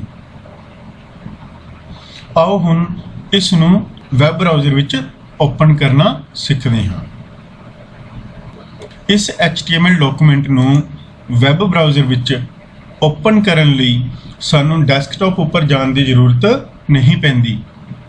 ਜਿਵੇਂ ਕਿ ਪਹਿਲਾਂ ਵੀ ਤੁਹਾਨੂੰ ਦੱਸਿਆ ਸੀ ਕਿ ਨੋਟਪੈਡ++ ਵਿੱਚ ਅਸੀਂ ਵੈਬ ਪੇਜ ਬਣਾਉਣ ਤੋਂ ਬਾਅਦ ਨੋਟਪੈਡ++ ਵਿੱਚੋਂ ਹੀ ਇਸ ਡਾਕੂਮੈਂਟ ਨੂੰ ਵੈਬ ਬਰਾਊਜ਼ਰ ਵਿੱਚ ਓਪਨ ਕਰ ਸਕਦੇ ਹਾਂ। ਆਮ ਤੌਰ ਤੇ ਇਹ ਕਮਾਂਡ ਜਾਂ ਤਾਂ ਰਨ ਮੈਨੂ ਵਿੱਚ ਮੌਜੂਦ ਹੁੰਦੀ ਹੈ ਜਾਂ ਕਿਸੇ ਵਰਜ਼ਨ ਵਿੱਚ ਇਹ ਕਮਾਂਡ ਵਿਊ ਮੈਨੂ ਵਿੱਚ ਵੀ ਉਪਲਬਧ ਹੁੰਦੀ ਹੈ। ਇਸ ਵਰਜ਼ਨ ਵਿੱਚ ਇਹ ਕਮਾਂਡ ਵਿਊ ਮੈਨੂ ਵਿੱਚ ਮੌਜੂਦ ਹੈ। ਵਿਊ ਮੈਨੂ ਵਿੱਚ ਵਿਊ ਕਰੰਟ ਫਾਈਲ ਇਨ ਨਾਮ ਦੀ ਆਪਸ਼ਨ ਹੁੰਦੀ ਹੈ। ਇਸ ਉੱਪਰ ਕਲਿੱਕ ਕਰਨ ਨਾਲ ਇੱਕ ਸਬ ਮੈਨੂ ਖੁੱਲ੍ਹ ਜਾਂਦਾ ਹੈ ਜਿਸ ਵਿੱਚ ਵੱਖ-ਵੱਖ ਵੈਬ ਬਰਾਊਜ਼ਰਾਂ ਦੇ ਨਾਮ ਤੁਹਾਨੂੰ ਦਿਖਾਈ ਦੇ ਰਹੇ ਹਨ। ਜਿਸ ਵੈਬ ਬਰਾਊਜ਼ਰ ਵਿੱਚ ਵੀ ਇਸ ਨੂੰ ਤੁਸੀਂ ਓਪਨ ਕਰਨਾ ਚਾਹੁੰਦੇ ਹੋ ਉਸ ਵੈਬ ਬਰਾਊਜ਼ਰ ਉੱਪਰ ਤੁਸੀਂ ਕਲਿੱਕ ਕਰ ਸਕਦੇ ਹੋ। ਇਹ ਦੇਖੋ ਵਿਊ ਮੈਨੂ, ਵਿਊ ਕਰੰਟ ਫਾਈਲ ਇਨ। ਜਿਸ ਬਰਾਊਜ਼ਰ ਵਿੱਚ ਤੁਸੀਂ ਇਸ HTML ਡਾਕੂਮੈਂਟ ਨੂੰ ਖੋਲ੍ਹਣਾ ਚਾਹੁੰਦੇ ਹੋ ਉਸ ਬਰਾਊਜ਼ਰ ਉੱਪਰ ਕਲਿੱਕ ਕਰੋ। ਉਦਾਹਰਨ ਲਈ ਅਸੀਂ ਫਾਇਰਫੌਕਸ ਨਾਮ ਦੇ ਵੈਬ ਬਰਾਊਜ਼ਰ ਜੋ ਕਿ ਅਸੀਂ ਇਸ ਕੰਪਿਊਟਰ ਵਿੱਚ ਇੰਸਟਾਲ ਕੀਤਾ ਹੋਇਆ ਹੈ ਉਸ ਵਿੱਚ ਇਸ ਨੂੰ ਓਪਨ ਕਰਾਂਗੇ। ਮੈਂ ਫਾਇਰਫੌਕਸ ਉੱਪਰ ਕਲਿੱਕ ਕਰ ਰਿਹਾ ਹਾਂ। ਆਪਣੇ ਆਪ ਫਾਇਰਫੌਕਸ ਓਪਨ ਹੋਵੇਗਾ, ਉਸ ਵਿੱਚ ਇਹ ਫਾਈਲ ਖੁੱਲ੍ਹ ਜਾਵੇਗੀ। ਜਿਸ ਤਰ੍ਹਾਂ ਤੁਸੀਂ ਦੇਖ ਪਾ ਰਹੇ ਹੋ ਇਸ ਦੇ ਹੈੱਡ ਭਾਗ ਵਿੱਚ ਟਾਈਟਲ, ਜੋ ਅਸੀਂ ਲਿਖਿਆ ਸੀ government senior secondary school girls Sunam ਨਜ਼ਰ ਆ ਰਿਹਾ ਹੈ ਅਤੇ ਬੋਡੀ ਭਾਗ ਵਿੱਚ ਜੋ ਟੈਕਸਟ ਅਸੀਂ ਕੰਟੈਂਟ ਵੈਬ ਪੇਜ ਵਿੱਚ ਸ਼ੋਅ ਕਰਵਾਉਣਾ ਚਾਹੁੰਦੇ ਸੀ ਉਹ ਨਜ਼ਰ ਆ ਰਹੇ ਹਨ। ਇਸ ਤਰ੍ਹਾਂ ਨੋਟਪੈਡ ਵਿੱਚ ਬੜੀ ਆਸਾਨੀ ਨਾਲ ਅਸੀਂ ਫਾਈਲ ਬਣਾ ਕੇ ਸੇਵ ਕਰਕੇ ਉਸ ਨੂੰ ਆਟੋਮੈਟਿਕਲੀ ਇੱਕ ਕਮਾਂਡ ਦੇ ਕਲਿੱਕ ਕਰਨ ਨਾਲ ਕਿਸੇ ਵੀ ਵੈਬ ਬਰਾਊਜ਼ਰ ਵਿੱਚ ਖੋਲ ਕੇ ਦੇਖ ਸਕਦੇ ਹਾਂ।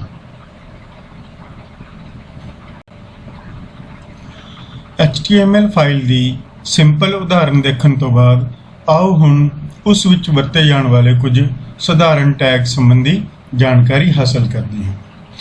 ਸਭ ਤੋਂ ਪਹਿਲਾਂ ਟੈਗ ਕੀ ਹੁੰਦਾ ਹੈ ਇਸ ਬਾਰੇ ਤੁਸੀਂ ਪਾਠ ਦੂਜੇ ਦੇ ਵੀਡੀਓ ਲੈਕਚਰ ਵਿੱਚ ਦੇਖਿਆ ਹੋਵੇਗਾ।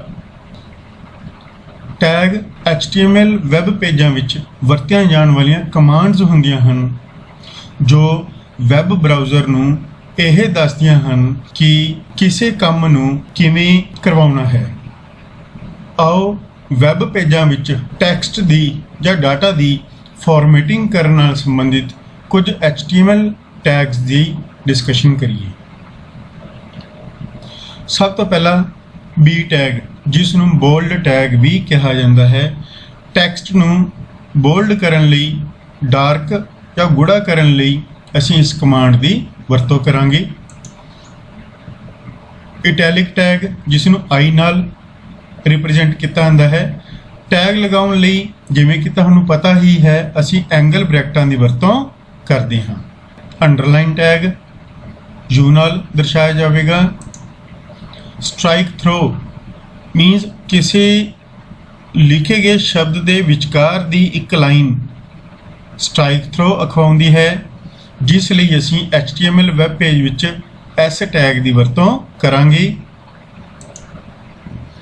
SUP ਸੁਪਰਸਕ੍ਰਿਪਟ ਲਈ ਹੈ, ਕਿਸੇ ਵੈਲਿਊ ਦੀ ਪਾਵਰ ਦਰਸਾਉਣ ਲਈ ਜਾਂ ਕਿਸੇ ਅੱਖਰ ਦੇ ਉੱਪਰ ਕੋਈ ਅੱਖਰ ਪਾਵਰ ਦੇ ਤੌਰ ਤੇ ਦਰਸਾਉਣ ਲਈ ਅਸੀਂ ਇਸ ਟੈਗ ਦੀ ਵਰਤੋਂ ਕਰਾਂਗੇ। ਕਿਸੇ ਅੱਖਰ ਦੇ ਪੈਰ ਵਿੱਚ ਕੋਈ ਅੱਖਰ ਦਰਸਾਉਣਾ ਹੈ ਤਾਂ ਉਸ ਲਈ ਅਸੀਂ SUB ਟੈਗ, ਜਿਸ ਨੂੰ ਸਬਸਕ੍ਰਿਪਟ ਟੈਗ ਵੀ ਕਿਹਾ ਜਾਂਦਾ ਹੈ, ਦੀ ਵਰਤੋਂ ਕਰਾਂਗੇ। BR ਇਸ ਟੈਗ ਦੀ ਵਰਤੋਂ ਲਾਈਨ ਬਦਲਣ ਲਈ ਜਾਂ ਲਾਈਨ ਨੂੰ ਬ੍ਰੇਕ ਕਰਨ ਲਈ ਕੀਤੀ ਜਾਵੇਗੀ। ਆਓ ਹੁਣ ਇਹਨਾਂ ਸਾਰੇ ਟੈਗਸ ਨੂੰ ਨੋਟਪੈਡ++ ਵਿੱਚ ਇੱਕ ਪ੍ਰੋਗਰਾਮ ਬਣਾ ਕੇ ਡਿਸਕਸ ਕਰਦੇ ਹਾਂ ਅਤੇ ਇਹਨਾਂ ਦੀ ਕੀ ਆਉਟਪੁੱਟ ਆਵੇਗੀ ਉਹ ਦੇਖਦੇ ਹਾਂ। ਸਭ ਤੋਂ ਪਹਿਲਾਂ ਅਸੀਂ ਨੋਟਪੈਡ++ ਦੁਬਾਰਾ ਤੋਂ ਖੋਲਾਂਗੇ। ਇਹ ਸਾਨੂੰ ਪਹਿਲਾਂ ਤੋਂ ਹੀ ਜੋ ਅਸੀਂ ਫਾਈਲ ਬਣਾਈ ਸੀ ਉਹ ਨਜ਼ਰ ਆਵੇਗੀ। ਨਵੀਂ ਫਾਈਲ ਬਣਾਉਣ ਲਈ ਅਸੀਂ ਫਾਈਲ ਮੈਨੂ ਵਿੱਚ ਜਾ ਕੇ ਨਿਊ ਆਪਸ਼ਨ ਤੇ ਕਲਿੱਕ ਕਰਾਂਗੇ ਜਾਂ Ctrl+N ਸ਼ਾਰਟਕਟ ਕੀ ਦੀ ਵਰਤੋਂ ਕਰਦੇ ਹੋਏ ਨਵੀਂ ਫਾਈਲ ਬਣਾਵਾਂਗੇ। ਇਸ ਤਰ੍ਹਾਂ ਇੱਕ ਨਵਾਂ ਟੈਬ ਓਪਨ ਹੋ ਜਾਵੇਗਾ, ਜਿਵੇਂ ਕਿ ਤੁਸੀਂ ਦੇਖ ਪਾ ਰਹੇ ਹੋ, ਜਿਸ ਦਾ ਨਾਮ new1 ਹੈ ਔਰ ਜੋ ਇਸ ਵਿੱਚ ਪਹਿਲਾਂ ਫਾਈਲ ਬਣੀ ਹੋਈ ਸੀ ਉਹ ਇਸ ਤੋਂ ਪਹਿਲਾਂ ਵਾਲੇ ਟੈਬ ਵਿੱਚ ਮੌਜੂਦ ਹੈ।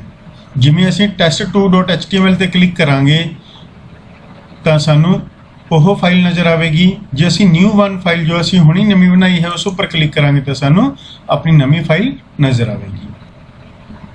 ਇਸ ਤਰ੍ਹਾਂ ਤੁਸੀਂ ਨੋਟਪੈਡ++ ਵਿੱਚ ਇੱਕ ਸਮੇਂ ਇੱਕ ਤੋਂ ਵੱਧ ਫਾਈਲਾਂ ਖੋਲ ਕੇ ਉਹਨਾਂ ਉੱਪਰ ਵੀ ਕੰਮ ਕਰ ਸਕਦੇ ਹੋ, ਪਰੰਤੂ ਇਹ ਆਪਸ਼ਨ ਸਧਾਰਨ ਨੋਟਪੈਡ ਵਿੱਚ ਮੌਜੂਦ ਨਹੀਂ ਹੁੰਦੀ। ਉਸ ਵਿੱਚ ਅਸੀਂ ਕੇਵਲ ਇੱਕ ਸਮੇਂ ਤੇ ਇੱਕ ਹੀ ਫਾਈਲ ਨੂੰ ਓਪਨ ਕਰਕੇ ਉਸ ਵਿੱਚ ਕੰਮ ਕਰ ਸਕਦੇ ਹਾਂ। ਨੋਟਪੈਡ++ ਵਿੱਚ ਜਿਸ ਫਾਈਲ ਉੱਪਰ ਵੀ ਅਸੀਂ ਕੰਮ ਕਰਨਾ ਹੋਊਗਾ ਉਸ ਉੱਪਰ ਕਲਿੱਕ ਕਰਕੇ ਉਸ ਉੱਪਰ ਕੰਮ ਕਰ ਸਕਾਂਗੇ ਅਤੇ ਇੱਕ ਸਮੇਂ ਵਿੱਚ ਇੱਕ ਤੋਂ ਵੱਧ ਫਾਈਲਾਂ ਨਾਲ ਕੰਮ ਕਰਦੇ ਹੋਏ ਆਪਣੇ ਵੈਬ ਪੇਜ ਬਣਾ ਸਕਾਂਗੇ। ਆਓ ਸਭ ਤੋਂ ਪਹਿਲਾਂ ਅਸੀਂ HTML ਡਾਕੂਮੈਂਟ ਦਾ ਬੇਸਿਕ ਢਾਂਚਾ ਹੈ, ਜੋ ਸਟਰਕਚਰ ਹੈ, ਉਸ ਨੂੰ ਟਾਈਪ ਕਰੀਏ। ਸਭ ਤੋਂ ਪਹਿਲਾਂ HTML ਟੈਗ ਲਿਖਿਆ ਜਾਵੇਗਾ। ਇਸ ਵਿੱਚ ਹੈਡ ਟੈਗ ਸ਼ੁਰੂ ਅਤੇ ਹੈਡ ਟੈਗ ਬੰਦ ਕਰ ਦਿੱਤਾ ਜਾਵੇਗਾ। ਫਿਰ ਬੋਡੀ ਟੈਗ ਸ਼ੁਰੂ ਅਤੇ ਬੋਡੀ ਟੈਗ ਬੰਦ ਕਰ ਦਿੱਤਾ ਜਾਵੇਗਾ ਔਰ HTML ਡਾਕੂਮੈਂਟ ਦਾ ਅੰਤ ਕਰਨ ਲਈ HTML ਟੈਗ ਨੂੰ ਵੀ ਕਲੋਜ਼ ਕਰ ਦਿੱਤਾ ਜਾਵੇਗਾ। ਇਹ ਸੀ HTML ਡਾਕੂਮੈਂਟ ਦੀ ਬੇਸਿਕ ਬਣਤਰ, ਜਿਸ ਵਿੱਚ ਅਸੀਂ HTML ਡਾਕੂਮੈਂਟ ਵਿੱਚ ਹੈਡ ਪਾਰਟ ਅਤੇ ਬੋਡੀ ਪਾਰਟ ਬਣਾ ਲਿਆ ਹੈ। ਹੁਣ ਅਸੀਂ ਆਪਣੀ ਜ਼ਰੂਰਤ ਮੁਤਾਬਕ ਹੈਡ ਪਾਰਟ ਅਤੇ ਬੋਡੀ ਪਾਰਟ ਨੂੰ ਡਿਫਾਈਨ ਕਰ ਸਕਦੇ ਹਾਂ। ਅਸੀਂ ਫਾਰਮੈਟਿੰਗ ਨਾਲ ਸੰਬੰਧਿਤ ਟੈਗਸ ਦੀ ਵਰਤੋਂ ਕਰਾਂਗੇ। ਇਸ ਲਈ ਅਸੀਂ ਹੈਡ ਟੈਗ ਦੇ ਟਾਈਟਲ ਵਿੱਚ ਫਾਰਮੈਟਿੰਗ ਟੈਗਸ ਨਾਮ ਦਾ ਟਾਈਟਲ ਟਾਈਪ ਕਰ ਰਹੇ ਹਾਂ। ਤੁਸੀਂ ਕੋਈ ਵੀ ਟਾਈਟਲ ਆਪਣੀ ਜ਼ਰੂਰਤ ਮੁਤਾਬਕ ਟਾਈਪ ਕਰ ਸਕਦੇ ਹੋ। ਟਾਈਟਲ ਹਮੇਸ਼ਾ ਡਿਸਕ੍ਰਿਪਟਿਵ ਹੁੰਦਾ ਹੈ, ਜੋ ਇਹ ਸ਼ੋ ਕਰਦਾ ਹੈ ਕਿ ਉਸ ਪੇਜ ਵਿੱਚ ਕੀ ਕੁਝ ਹੈ। ਕਿਉਂਕਿ ਅਸੀਂ ਇਸ HTML ਪ੍ਰੋਗਰਾਮ ਵਿੱਚ ਬੇਸਿਕ ਫਾਰਮੈਟਿੰਗ ਟੈਗਸ ਨੇ ਜੋ ਉਹ ਡਿਸਕਸ ਕਰਨੇ ਸੀ, ਇਸ ਲਈ ਇਸ ਫਾਈਲ ਦੇ ਟਾਈਟਲ ਨੂੰ ਅਸੀਂ ਫਾਰਮੈਟਿੰਗ ਟੈਗਸ ਨਾਮ ਦਾ ਟਾਈਟਲ ਦਿੱਤਾ ਹੈ। ਆਓ ਹੁਣ ਬੋਡੀ ਟੈਗ ਵਿੱਚ ਜੋ ਕੰਮ ਅਸੀਂ ਕਰਵਾਉਣਾ ਚਾਹੁੰਦੇ ਹਾਂ ਉਹ ਕਰਵਾਈਏ। ਸਭ ਤੋਂ ਪਹਿਲਾਂ ਅਸੀਂ ਇੱਕ ਸਟੇਟਮੈਂਟ, ਇੱਕ ਸੈਂਟੈਂਸ ਲਿਖਾਂਗੇ। Computer is an electronic device, full stop. ਆਓ ਹੁਣ ਇਸ ਸਿੰਪਲ ਪ੍ਰੋਗਰਾਮ ਨੂੰ ਸੇਵ ਕਰਕੇ ਇੱਕ ਵਾਰ ਰਨ ਕਰਕੇ ਦੇਖਦੇ ਹਾਂ। ਜਿਵੇਂ ਕਿ ਤੁਹਾਨੂੰ ਪਹਿਲਾਂ ਸਿੰਪਲ ਐਗਜ਼ਾਮਪਲ ਵਿੱਚ ਵੀ ਦੱਸਿਆ ਸੀ, ਤੁਹਾਡੀ ਫਾਈਲ ਸੇਵ ਹੈ ਜਾਂ ਨਹੀਂ ਤੁਸੀਂ ਫਾਈਲ ਦੇ ਟੈਬ ਤੋਂ ਦੇਖ ਕੇ ਹੀ ਪਤਾ ਕਰ ਸਕਦੇ ਹੋ। ਹੁਣ ਫਾਈਲ ਦਾ ਜੋ ਟੈਬ ਹੈ ਉਸ ਉੱਪਰ ਰੈੱਡ ਕਲਰ ਦਾ ਆਈਕਨ ਸ਼ੋ ਹੋ ਰਿਹਾ ਹੈ, ਇਸ ਦਾ ਮਤਲਬ ਇਹ ਫਾਈਲ ਸੇਵ ਨਹੀਂ ਹੈ। ਜਦਕਿ test2 ਫਾਈਲ ਹੈ ਜੋ ਉਸ ਵਿੱਚ ਕਲਰ ਬਲੂ ਆਈਕਨ ਦਾ ਹੈ, ਇਟ ਮੀਨਸ ਉਹ ਫਾਈਲ ਸੇਵ ਹੋ ਚੁੱਕੀ ਹੈ। ਆਓ ਹੁਣ ਇਸ ਫਾਈਲ ਨੂੰ ਸੇਵ ਕਰਦੇ ਹਾਂ। ਟੂਲ ਬਾਰ ਉੱਪਰ ਸੇਵ ਬਟਨ ਉੱਪਰ ਕਲਿੱਕ ਕਰਕੇ ਹੀ ਅਸੀਂ ਸੇਵ ਬਾਕਸ ਓਪਨ ਕਰਾਂਗੇ। ਇਸ ਬਾਕਸ ਵਿੱਚ ਅਸੀਂ ਫਾਈਲ ਨੂੰ ਜੋ ਨਾਮ ਦੇਣਾ ਚਾਹੁੰਦੇ ਹਾਂ, ਜਿਵੇਂ ਕਿ ਅਸੀਂ ਪਹਿਲਾਂ ਵੀ ਨਾਮ ਦਿੱਤਾ ਹੈ, test2 ਦਿੱਤਾ ਸੀ। ਹੁਣ ਅਸੀਂ ਇਸ ਪ੍ਰੋਗਰਾਮ ਨੂੰ test3 ਨਾਮ ਤੇ ਸੇਵ ਕਰਾਂਗੇ ਔਰ ਨਾਲ ਕੀ ਲਗਾਵਾਂਗੇ, ਐਕਸਟੈਂਸ਼ਨ ਨੇਮ ਡਾਟ ਕੀ ਲਗਾਵਾਂਗੇ, HTML। HTML ਕਿਸ ਚੀਜ਼ ਨੂੰ ਦਰਸਾਉਂਦੀ ਹੈ?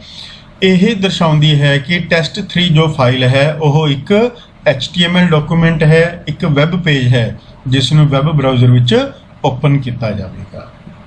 ਫਾਈਲ ਦਾ ਨਾਮ ਅਤੇ ਐਕਸਟੈਂਸ਼ਨ ਨੇਮ ਟਾਈਪ ਕਰਨ ਤੋਂ ਬਾਅਦ ਅਸੀਂ ਸੇਵ ਬਟਨ ਉੱਪਰ ਕਲਿੱਕ ਕਰਦੇ ਹਾਂ। ਜਿਵੇਂ ਕਿ ਤੁਸੀਂ ਦੇਖ ਪਾ ਰਹੇ ਹੋ, ਹੁਣ ਉਹ ਆਈਕਨ ਜੋ ਰੈੱਡ ਕਲਰ ਦੇ ਵਿੱਚ ਸੀ ਉਹ ਬਲੂ ਕਲਰ ਵਿੱਚ ਤਬਦੀਲ ਹੋ ਚੁੱਕਿਆ ਹੈ, ਜਿਸ ਦਾ ਅਰਥ ਹੈ ਕਿ ਇਹ ਫਾਈਲ ਤੁਹਾਡੀ ਸੇਵ ਹੋ ਚੁੱਕੀ ਹੈ। ਆਓ ਹੁਣ ਇਸ ਨੂੰ ਰਨ ਕਰਾਂਗੇ। ਰਨ ਕਰਨ ਲਈ ਵਿਊ ਮੈਨੂ ਵਿੱਚ ਵਿਊ ਕਰੰਟ ਫਾਈਲ ਇਨ ਫਾਇਰਫੌਕਸ ਉੱਪਰ ਦੁਬਾਰਾ ਕਲਿੱਕ ਕਰਕੇ ਅਸੀਂ ਇਸ ਫਾਈਲ ਨੂੰ ਫਾਇਰਫੌਕਸ ਵਿੱਚ ਓਪਨ ਕਰਾਂਗੇ।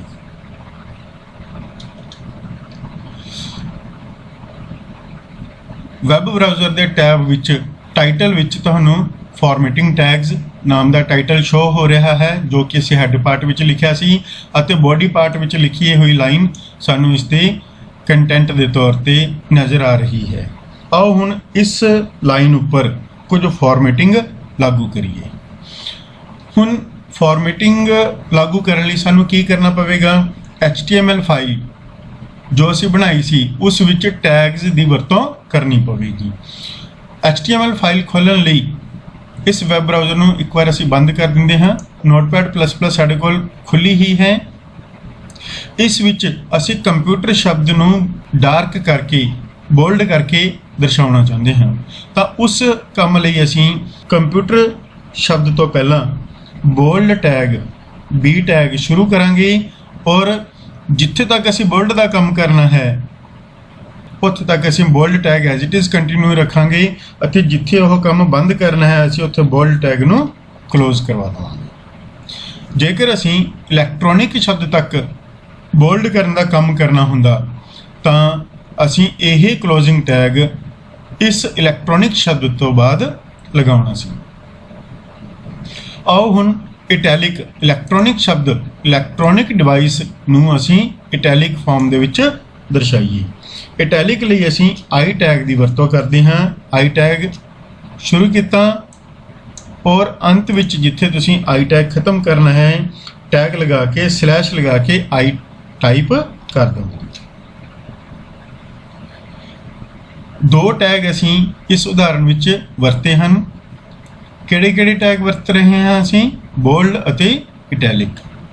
आओ हुण इस दी आउटपुट, पर आउटपुट देखण तो पहलां इसनूं दुबारा तो सेव करना पवेगा। हुण यह फाइल सेव नहीं है, इस चीज़ का सानूं कित्थों पता लगेगा? इस फाइल के टैब तो। जिवें कि तुहानूं पता ही है, असीं फाइल सेव करन तो बाद इस विच बदलाव कीते हैं, ओह बदलाव इस फाइल विच हजे सेव करने रहिंदे हैं, इसलिए इस फाइल नूं दोबारा तो सेव करना पवेगा, जिस लिए असीं इस टूल बार उपर सेव बटन उपर क्लिक कर देवांगे। परंतु यह फाइल का नाम दोबारा तो नहीं पूछेगा। क्यों? क्योंकि फाइल नूं जदों असीं पहली बार सेव करते हैं, केवल उदों ही साडे तो फाइल का नाम पूछा जाता है। फाइल नूं नाम देण तो बाद जदों उस विच दोबारा तो कुछ चेंजिस कीतियां जांदियां हन, तो उन्होंने दोबारा तो सेव करना पैंदा है, जिस लिए असीं सिर्फ सेव ऑप्शन उपर क्लिक करके इसनूं सेव कर सकते हैं। बार बार फाइल का नाम देने की जरूरत नहीं पैंदी। आओ हुण इस फाइल नूं रन करके देखते हैं। रन करन लई व्यू मेनू पर क्लिक किया, view current file in Firefox. जिवें कि तुसीं देख पा रहे हो, कंप्यूटर शब्द सानू बोल्ड दिखाई दे रहा है अते इटैलिक टैग का इफैक्ट इलैक्ट्रॉनिक डिवाइस उपर दिखाई दे रहा है। बोल्ड टैग असीं कंप्यूटर शब्द तो पहला शुरू किया सी अते कंप्यूटर शब्द तो बाद उसनूं बंद कर दिता सी, इसलिए बोल्ड का इफैक्ट है जो सिर्फ इस शब्द उपर ही नज़र आएगा। जदों कि इटैलिक टैग का इफैक्ट इलैक्ट्रॉनिक डिवाइस उपर नज़र आ रहा है, क्योंकि असीं इटैलिक टैग इलैक्ट्रॉनिक शब्द तो पहला शुरू किया सी अते डिवाइस शब्द तो बाद खत्म किया सी। इस तरह असीं इन्हां टैग्स की वरतों नाल जो वैब पेज के कंटेंट हैं उन्होंने फॉर्मेट कर सकते हाँ। फॉर्मेटिंग तो भाव हुंदा है डाटा दी या टैक्सट की दिख नूं बदलना। फॉर्मेटिंग टैग्स की वरतों करते हुए असीं HTML विच दिखाई दे रहे टैक्सट की दिख नूं बदल सकते हाँ। आओ हुण असीं कुछ होर टैग्स की वरतों करते हुए वैब पेज विच उदाहरण सहित देखते हैं। सानू बार बार यह वैब पेज बंद करने की जरूरत नहीं हुंदी। एक बार जो असीं वैब पेज खोल लिया तो उस ही असीं बार बार वो चेंजिज देख सकते हाँ बिना उसनों बंद कीते। आओ हुण इस चीज़ नूं भी असीं समझते हाँ किस तरह असीं यह कर सकते हाँ। नीचे तुसीं टास्क बार उपर देख पा रहे हो, यह फायरफॉक्स ओपन है अते यह नोटपैड प्लस प्लस। जिस आइकॉन उपर क्लिक करोगे वह फाइल तुहानूं नज़र आउण लग जाएगी। जेकर असीं नोटपैड खोलनी है तो टास्क बार उपर नोटपैड आइकॉन उपर क्लिक कर दो। जेकर असीं फायरफॉक्स खोलना है तो फायरफॉक्स वाले आइकॉन उपर क्लिक करके उसनूं देख सकते हैं। जिस आइकॉन उपर क्लिक करांगे वह विंडो तुहाडी स्क्रीन उपर नज़र आएगी। हुण असीं नोटपैड प्लस प्लस अते फायरफॉक्स दोवां नूं ही ओपन रखते हुए अपनी एग्जाम्पल नूं अगे वधावांगे अते देखांगे किवें ब्राउज़र बंद किए बिना असीं इन्हां चेंजिज़ नूं वैब ब्राउज़र विच देख सकते हैं। असीं एक होर सेंटेंस लिखते हैं, a computer consists of two parts, hardware and software। ਅਸੀਂ ਹੁਣ ਚਾਹੁੰਦੇ ਹਾਂ ਕਿ ਹਾਰਡਵੇਅਰ ਅਤੇ ਸੌਫਟਵੇਅਰ ਇਹ ਸਾਰੀ ਚੀਜ਼ ਅੰਡਰਲਾਈਨ ਸ਼ੋ ਹੋਵੇ, ਤਾਂ ਉਸ ਲਈ ਅਸੀਂ ਜਿੱਥੋਂ ਅੰਡਰਲਾਈਨ ਸ਼ੁਰੂ ਕਰਨੀ ਹੈ ਉੱਥੋਂ ਯੂ ਟੈਗ ਸ਼ੁਰੂ ਕਰਾਂਗੇ और जिथे तक अंडरलाइन करनी है उत्थे जाके असीं अंडरलाइन टैग नूं क्लोज कर देवांगे। हुण असीं स्ट्राइक थ्रो जो टैग है एस टैग है जिसनूं कहने हैं असीं उसकी वरतों करांगे। असीं चाहुंदे हां कि यही कंप्यूटर शब्द स्ट्राइक थ्रो टैग नाल काम करे, तो इस तो पहलां असीं एस टैग शुरू किया ਤੁਸੀਂ ਇਸ ਵਿੱਚ ਕਿਸੇ ਟੈਗ ਨੂੰ ਛੋਟੇ ਜਾਂ ਬੜੇ ਅੱਖਰਾਂ ਵਿੱਚ ਕਿਵੇਂ ਮਰਜ਼ੀ ਲਿਖ ਸਕਦੇ ਹੋ, ਕੋਈ ਫਰਕ ਨਹੀਂ ਪਵੇਗਾ। ਐਸ ਟੈਗ ਸ਼ੁਰੂ ਅਤੇ ਬੰਦ ਕੀਤਾ। आओ हुण इस नूं सेव करते हैं। जदों ही असीं इस विच चेंजिस कीतियां तां इसका आइकॉन रैड हो गया। जदों इस नूं सेव करांगे इसका आइकॉन दोबारा तो ब्लू हो जाएगा। इसका मतलब है इस विच चेंजिस कीतियां सी जो ओह सेव हो चुकियां हन। हुण इस नूं दोबारा तो वैब ब्राउज़र विच ओपन करने की जरूरत नहीं है, साडे कोल वैब ब्राउज़र पहलां ही ओपन है, परंतु जो चेंजिस असीं इस फाइल विच कीतियां सी ओह नज़र नहीं आ रही हैं। इस वैब पेज नूं उन्हां चेंजिस मुताबक अपडेट करन लई सानू इस वैब पेज नूं रिफ्रैश करना पवेगा, जिस लई असीं इस दे टूलबार उपर मौजूद रीलोड कमांड या कंट्रोल आर ਜਾਂ कीबोर्ड तो फंक्शन की F5 ਪ੍ਰੈਸ ਕਰਾਂਗੇ। ਜਦੋਂ ਅਸੀਂ F5 ਪ੍ਰੈਸ ਕੀਤੀ ਜਾਂ ਇਸ ਰੀਲੋਡ ਬਟਨ ਉੱਪਰ ਕਲਿੱਕ ਕਰਾਂਗੇ ਤਾਂ ਸਾਨੂੰ उस HTML डॉक्यूमेंट विच कीतियां चेंजिस इस वैब पेज विच नज़र आउणगीਆਂ। जिवें कि तुसीं देख पा रहे हो यह पहलां दा ही लिखिया होया है ਅਤੇ फॉर्मेटिंग पहला अनुसार ही है। यह जो असीं नवीं लाइन लिखी सी ओह सानूं नज़र आ रही है।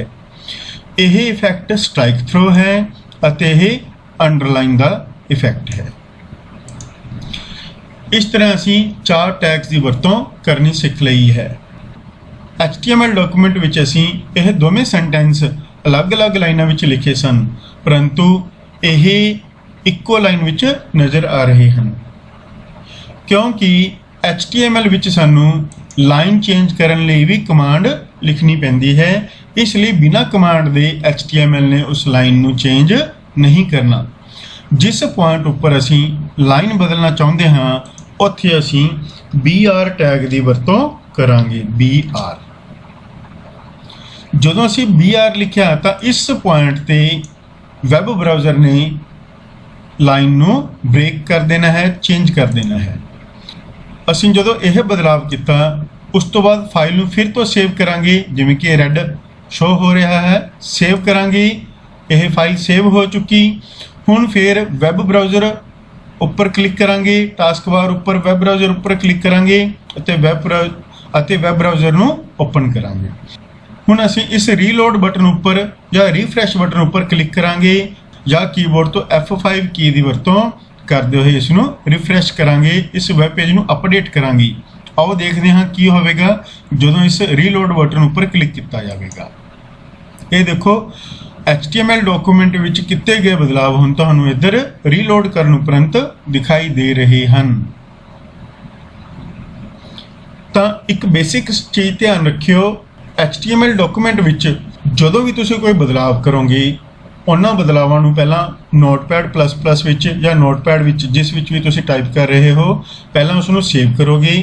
ਫਿਰ ਜੋ ਪਹਿਲਾਂ ਤੋਂ ਹੀ ਖੁੱਲਿਆ ਹੋਇਆ ਵੈਬ ਬਰਾਊਜ਼ਰ ਹੈ ਉਸ ਵਿੱਚ ਆ ਕੇ ਤੁਸੀਂ ਉਸ ਵੈਬ ਪੇਜ ਨੂੰ ਅਪਡੇਟ ਕਰਨ ਲਈ ਉਸ ਨੂੰ ਰੀਫਰੈਸ਼ ਕਰੋਗੇ ਜਾਂ ਰੀਲੋਡ ਕਰੋਗੇ, ਜਿਸ ਲਈ ਤੁਸੀਂ ਕੀਬੋਰਡ ਤੋਂ F5 ਬਟਨ ਵੀ ਪ੍ਰੈਸ ਕਰ ਸਕਦੇ ਹੋ।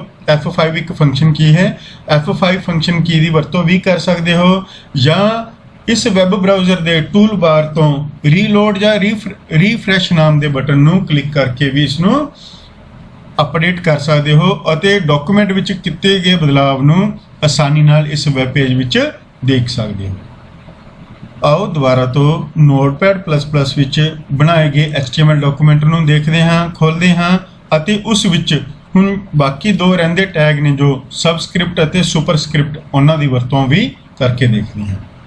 ਜਿਵੇਂ ਕਿ ਸਾਨੂੰ ਪਤਾ ਹੈ ਕਿ ਵਾਟਰ ਨੂੰ ਕੈਮਿਸਟਰੀ ਵਿਸ਼ੇ ਵਿੱਚ H2O ਸਿੰਬਲ ਨਾਲ ਦਰਸਾਇਆ ਜਾਂਦਾ ਹੈ। H2O 2 ਹੈ ਜੋ ਉਹ ਪੈਰ ਦੇ ਵਿੱਚ H ਦੇ ਪੈਰ ਵਿੱਚ ਲਿਖਿਆ ਜਾਂਦਾ ਹੈ।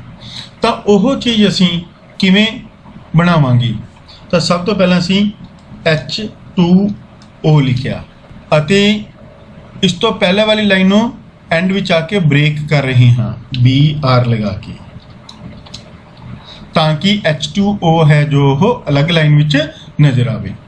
ਜੇਕਰ ਅਸੀਂ ਇਸ ਵੈਬ ਪੇਜ ਦੀ ਆਊਟਪੁੱਟ ਨੂੰ ਐਜ਼ ਇਟ ਇਜ਼ ਸੇਵ ਕਰਕੇ ਦੇਖਾਂਗੇ ਤਾਂ ਸਾਨੂੰ H2O ਐਜ਼ ਇਟ ਇਜ਼ ਨਜ਼ਰ ਆਵੇਗਾ, ਜਿਵੇਂ ਕਿ ਰੀਲੋਡ ਕੀਤਾ, H2O ਐਜ਼ ਇਟ ਇਜ਼ ਨਜ਼ਰ ਆ ਰਿਹਾ ਹੈ।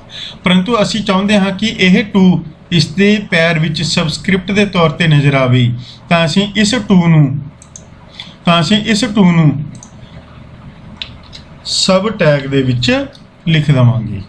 ਸਬਸਕ੍ਰਿਪਟ ਇੱਥੋਂ ਸ਼ੁਰੂ ਹੋਇਆ ਤੇ ਇੱਥੇ ਬੰਦ ਕਰ ਦਿੱਤਾ ਗਿਆ। ਇਸ ਤਰ੍ਹਾਂ ਜੋ ਡਿਜਿਟ 2 ਹੈ ਉਸ ਨੂੰ ਅਸੀਂ ਸਬਸਕ੍ਰਿਪਟ ਦੇ ਤੌਰ ਤੇ ਦਰਸਾਉਣਾ ਚਾਹੁੰਦੇ ਹਾਂ, ਤਾਂ ਉਸ ਨੂੰ ਅਸੀਂ ਸਬ ਟੈਗ ਦੇ ਵਿਚਕਾਰ ਲਿਖ ਦਿੱਤਾ। ਇਸੇ ਤਰ੍ਹਾਂ ਜੇਕਰ ਅਸੀਂ x ਦੀ ਪਾਵਰ 2 y ਲਿਖਣਾ ਚਾਹੁੰਦੇ ਹਾਂ ਤਾਂ ਪਾਵਰ ਬਣਾਉਣ ਲਈ ਇਸ 2 ਨੂੰ ਅਸੀਂ ਕਿਸ ਟੈਗ ਵਿੱਚ ਲਿਖਾਂਗੇ? SUP ਸੁਪਰਸਕ੍ਰਿਪਟ ਟੈਗ ਵਿੱਚ ਲਿਖਾਂਗੇ। ਜੇਕਰ ਅਸੀਂ ਕਿਸੇ ਸਿੰਬਲ ਨੂੰ ਜਾਂ ਡਿਜਿਟ ਨੂੰ ਪਾਵਰ ਦੇ ਤੌਰ ਤੇ ਸ਼ੋ ਕਰਵਾਉਣਾ ਹੈ ਤਾਂ ਉਸ ਨੂੰ ਸੁਪਰਸਕ੍ਰਿਪਟ ਬਣਾ ਕੇ ਲਿਖਾਂਗੇ। ਜੇਕਰ ਅਸੀਂ ਕਿਸੇ ਸਿੰਬਲ ਨੂੰ ਕਿਸੇ ਅੱਖਰ ਦੇ ਪੈਰ ਵਿੱਚ ਲਿਖਣਾ ਹੈ ਤਾਂ ਉਸ ਨੂੰ ਅਸੀਂ ਸਬਸਕ੍ਰਿਪਟ ਬਣਾ ਕੇ ਲਿਖਾਂਗੇ। ਇਹ ਦੋਵੇਂ ਚੀਜ਼ਾਂ ਅਲੱਗ-ਅਲੱਗ ਲਾਈਨਾਂ ਵਿੱਚ ਸ਼ੋ ਹੋਣ, ਇਸ ਲਈ ਅਸੀਂ ਇਸ ਨੂੰ BR ਟੈਗ ਨਾਲ ਵੀ ਬ੍ਰੇਕ ਕਰ ਦਿੰਦੇ ਹਾਂ। ਆਓ ਹੁਣ ਇਸ ਫਾਈਲ ਨੂੰ ਸੇਵ ਕਰਦੇ ਹਾਂ ਅਤੇ ਵੈਬ ਬਰਾਊਜ਼ਰ ਓਪਨ ਕਰੀਏ ਅਤੇ ਇਸ ਵਿੱਚ ਰੀਲੋਡ ਬਟਨ ਉੱਪਰ ਕਲਿੱਕ ਕਰੀਏ। ਜਿਵੇਂ ਕਿ ਤੁਸੀਂ ਦੇਖ ਪਾ ਰਹੇ ਹੋ, ਸਾਨੂੰ ਦਿੱਤੇ ਗਏ ਟੈਗ ਦੇ ਮੁਤਾਬਕ ਆਉਟਪੁੱਟ ਮਿਲ ਰਹੀ ਹੈ। ਅਸੀਂ ਇੱਥੇ 2 ਨੂੰ ਸਬਸਕ੍ਰਿਪਟ ਬਣਾਇਆ ਸੀ, ਜਦਕਿ ਇਸ 2 ਨੂੰ ਸੁਪਰਸਕ੍ਰਿਪਟ ਦੇ ਤੌਰ ਤੇ ਵਰਤਿਆ ਸੀ। ਇਹ ਸੀ ਕੁਝ ਸਧਾਰਨ ਟੈਗਸ, ਕਿਵੇਂ ਅਸੀਂ ਉਹਨਾਂ ਟੈਗਸ ਨੂੰ ਆਪਣੇ ਵੈਬ ਪੇਜ ਵਿੱਚ ਵਰਤਣਾ ਹੈ। HTML ਦੇ ਬੇਸਿਕ ਫਾਰਮੈਟਿੰਗ ਟੈਗਸ ਉੱਪਰ ਡਿਸਕਸ਼ਨ ਤੋਂ ਬਾਅਦ ਆਓ ਹੁਣ ਟੈਗਸ ਦੇ ਐਟਰੀਬਿਊਟਸ ਨਾਲ ਕੰਮ ਕਰਨਾ ਸਿੱਖਦੇ ਹਾਂ। ਐਟਰੀਬਿਊਟ ਕੀ ਹੁੰਦੇ ਹਨ? ਐਟਰੀਬਿਊਟਸ ਵੈਬ ਬਰਾਊਜ਼ਰ ਨੂੰ ਟੈਗਸ ਦੀ ਵਿਸ਼ੇਸ਼ਤਾ ਸੰਬੰਧੀ ਵਾਧੂ ਜਾਣਕਾਰੀ ਪ੍ਰਦਾਨ ਕਰਦੇ ਹਨ। ਆਓ ਇਹਨਾਂ ਐਟਰੀਬਿਊਟਸ ਸੰਬੰਧੀ ਕੁਝ ਟੈਗਸ ਦੀ ਸਹਾਇਤਾ ਨਾਲ ਡਿਸਕਸ਼ਨ ਕਰੀਏ। ਉਦਾਹਰਣ ਲਈ ਬੋਡੀ ਟੈਗ ਬਾਰੇ, ਜਿਵੇਂ ਕਿ ਤੁਹਾਨੂੰ ਪਤਾ ਹੈ, ਇਸ ਰਾਹੀਂ ਵੈਬ ਪੇਜ ਵਿੱਚ ਦਿਖਾਏ ਜਾਣ ਵਾਲੇ ਕੰਟੈਂਟਸ ਨੂੰ ਦਰਸਾਇਆ ਜਾਂਦਾ ਹੈ। ਜੇਕਰ ਅਸੀਂ ਵੈਬ ਬਰਾਊਜ਼ਰ ਨੂੰ ਇਸ ਟੈਗ ਸੰਬੰਧੀ ਵਾਧੂ ਜਾਣਕਾਰੀ ਪ੍ਰਦਾਨ ਕਰਨਾ ਚਾਹੁੰਦੇ ਹਾਂ ਤਾਂ ਅਸੀਂ ਇਸ ਦੇ ਐਟਰੀਬਿਊਟਸ ਦੀ ਵਰਤੋਂ ਕਰ ਸਕਦੇ ਹਾਂ। ਵਾਧੂ ਜਾਣਕਾਰੀ ਕਿਸ ਤਰ੍ਹਾਂ ਦੀ? ਉਦਾਹਰਣ ਲਈ ਜੇਕਰ ਅਸੀਂ ਬੋਡੀ ਦੇ ਬੈਕਗ੍ਰਾਉਂਡ ਜਾਂ ਉਸ ਦੇ ਟੈਕਸਟ ਕਲਰ ਸੰਬੰਧੀ ਵੈਬ ਬਰਾਊਜ਼ਰ ਨੂੰ ਦੱਸਣਾ ਚਾਹੁੰਦੇ ਹਾਂ ਤਾਂ ਅਸੀਂ ਬੋਡੀ ਟੈਗ ਦੇ ਐਟਰੀਬਿਊਟਸ ਵਰਤ ਕੇ ਇਹਨਾਂ ਵਿਸ਼ੇਸ਼ਤਾਵਾਂ ਬਾਰੇ ਵੈਬ ਬਰਾਊਜ਼ਰ ਨੂੰ ਦੱਸ ਸਕਦੇ ਹਾਂ। ਵੈਬ ਬਰਾਊਜ਼ਰ ਇਸ ਟੈਗ ਨੂੰ ਇਹਨਾਂ ਦੀਆਂ ਵਿਸ਼ੇਸ਼ਤਾਵਾਂ ਅਨੁਸਾਰ ਵੈਬ ਪੇਜ ਨੂੰ ਵੈਬ ਬਰਾਊਜ਼ਰ ਵਿੱਚ ਦਰਸਾਵੇਗਾ। ਹੁਣ ਅਸੀਂ ਬੋਡੀ ਟੈਗ ਦੇ ਕੁਝ ਮਹੱਤਵਪੂਰਨ ਐਟਰੀਬਿਊਟਸ ਦੀ ਚਰਚਾ ਕਰਾਂਗੇ। ਬੋਡੀ ਟੈਗ ਵਿੱਚ ਆਮ ਵਰਤੇ ਜਾਣ ਵਾਲੇ ਐਟਰੀਬਿਊਟਸ ਹਨ BG ਕਲਰ, ਬੈਕਗ੍ਰਾਉਂਡ ਅਤੇ ਟੈਕਸਟ। ਇਸ ਤੋਂ ਇਲਾਵਾ ਹੋਰ ਵੀ ਬਹੁਤ ਸਾਰੇ ਐਟਰੀਬਿਊਟਸ ਹਨ ਜੋ ਅਸੀਂ ਬੋਡੀ ਟੈਗ ਨਾਲ ਵਰਤ ਸਕਦੇ ਹਾਂ। BG ਕਲਰ ਐਟਰੀਬਿਊਟ ਦੀ ਵਰਤੋਂ ਨਾਲ ਅਸੀਂ ਬੋਡੀ ਦੇ ਬੈਕਗ੍ਰਾਉਂਡ ਦਾ ਰੰਗ ਬਦਲ ਸਕਦੇ ਹਾਂ, ਜਦਕਿ ਬੈਕਗ੍ਰਾਉਂਡ ਐਟਰੀਬਿਊਟ ਦੀ ਮਦਦ ਨਾਲ ਅਸੀਂ ਬੋਡੀ ਦੀ ਬੈਕਗ੍ਰਾਉਂਡ ਉੱਪਰ ਕੋਈ ਤਸਵੀਰ ਸੈੱਟ ਕਰ ਸਕਦੇ ਹਾਂ। ਟੈਕਸਟ ਐਟਰੀਬਿਊਟ ਦੀ ਮਦਦ ਨਾਲ ਅਸੀਂ ਬੋਡੀ ਵਿੱਚ ਦਰਸਾਏ ਜਾਣ ਵਾਲੇ ਟੈਕਸਟ ਦਾ ਰੰਗ ਬਦਲ ਸਕਦੇ ਹਾਂ। ਹਰੇਕ ਐਟਰੀਬਿਊਟ ਦਾ ਇੱਕ ਨਾਮ ਹੁੰਦਾ ਹੈ ਅਤੇ ਇੱਕ ਮੁੱਲ ਹੁੰਦਾ ਹੈ। ਐਟਰੀਬਿਊਟ ਅਤੇ ਉਸ ਦਾ ਮੁੱਲ ਓਪਨਿੰਗ ਟੈਗ ਵਿੱਚ ਹੀ ਲਿਖੇ ਜਾਂਦੇ ਹਨ। ਇਸੇ ਤਰ੍ਹਾਂ ਇੱਕ ਹੋਰ ਟੈਗ ਫੌਂਟ ਟੈਗ, ਜਿਸ ਨੂੰ ਅਸੀਂ ਵੈਬ ਪੇਜ ਵਿੱਚ ਵਰਤੇ ਜਾਣ ਵਾਲੇ ਅੱਖਰਾਂ ਦੀ ਬਣਾਵਟ, ਸਾਈਜ਼ ਜਾਂ ਰੰਗ ਬਦਲਣ ਲਈ ਵਰਤ ਸਕਦੇ ਹਾਂ। ਫੌਂਟ ਟੈਗ ਵਿੱਚ 3 ਮੁੱਖ ਐਟਰੀਬਿਊਟ ਹਨ: ਫੇਸ, ਕਲਰ ਅਤੇ ਸਾਈਜ਼। ਫੇਸ ਐਟਰੀਬਿਊਟ ਦੀ ਮਦਦ ਨਾਲ ਅਸੀਂ ਅੱਖਰਾਂ ਦੀ ਬਣਾਵਟ, ਜਿਸ ਨੂੰ ਟਾਈਪ ਫੇਸ ਵੀ ਕਿਹਾ ਜਾਂਦਾ ਹੈ, ਬਦਲਿਆ ਜਾ ਸਕਦਾ ਹੈ। ਫੌਂਟ ਦੇ ਕਲਰ ਐਟਰੀਬਿਊਟ ਦੀ ਮਦਦ ਨਾਲ ਕਿਸੇ ਖਾਸ ਟੈਕਸਟ ਦਾ ਕਲਰ ਬਦਲਿਆ ਜਾ ਸਕਦਾ ਹੈ, ਜਦਕਿ ਸਾਈਜ਼ ਐਟਰੀਬਿਊਟ ਦੀ ਮਦਦ ਨਾਲ ਅਸੀਂ ਅੱਖਰਾਂ ਦਾ ਸਾਈਜ਼ घटा जा वधा सकते हैं।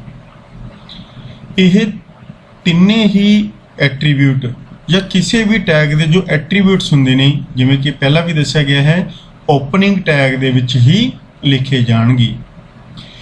एट्रीब्यूट लिखण तो बाद बराबर है पा के उसकी वैल्यू दसी जाती है। आओ हुण कुछ प्रैक्टिकल उदाहरणों की सहायता नाल इन्हां एट्रीब्यूट्स नूं समझण की कोशिश करिए।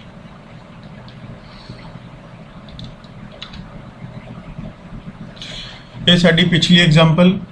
असीं हुण नवीं फाइल बनावांगे। नवीं फाइल बनाउण तो पहलां असीं एक होर महत्वपूर्ण गल तुहानूं दसना चाहुंदे हां। असीं फिलहाल इस नोटपैड विंडो जो पहलां तो खुली हुई सी, जिस विच असीं पिछला टेस्ट 3 प्रोग्राम बनाया सी, उसनूं बंद कर रहे हां। इस विच जो वैब ब्राउज़र सी वो भी बंद कर रहे हां। नवीं उदाहरण शुरू करन तो पहलां असीं हुण अपने वैब पेजां नूं बनाउण लई एक स्ट्रैटेजी दी वरतों करांगे। हुण असीं अपणियां फाइलां डैस्कटॉप उपर सीधे नहीं रखांगे। असीं डैस्कटॉप उपर एक फोल्डर बनावांगे जिस विच वैब पेजां विच यूज़ होण वाली सारी समग्री स्टोर की जाएगी। जिवें कि आउण वाली अगली उदाहरणों विच असीं तस्वीरां नाल भी काम करना सीखांगे। वैब पेज लई वरतियां जाण वालीआं तस्वीरां, डॉक्यूमेंट्स या फाइलां जिस चीज़ की भी सानूं जरूरत है वो असीं एक फोल्डर बना के उस विच रखांगे ताकि सारियां फाइलां इक्को थां ते प्रबंधित करन विच आसानी रहे। आओ हुण डैस्कटॉप उपर एक फोल्डर बनाउंदे हां। राइट क्लिक किया खाली थां उपर, न्यू ऑप्शन ते क्लिक किया, इस विच फोल्डर ऑप्शन उपर क्लिक करना है। असीं इस फोल्डर नूं नाम दे दिंदे हां माई वैब पेजिस। असीं माई वैब पेजिस नाम का एक फोल्डर बना लिया। हुण तो असीं सारियां फाइलां इस फोल्डर विच स्टोर करवावांगे।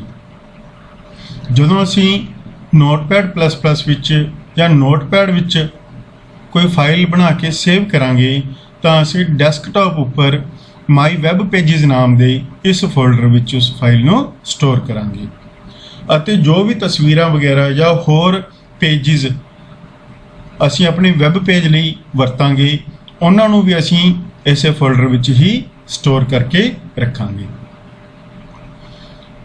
आओ हुण नोटपैड प्लस प्लस खोलते हाँ। इस विच नवीं फाइल बनाउंदे हाँ। सब तो पहला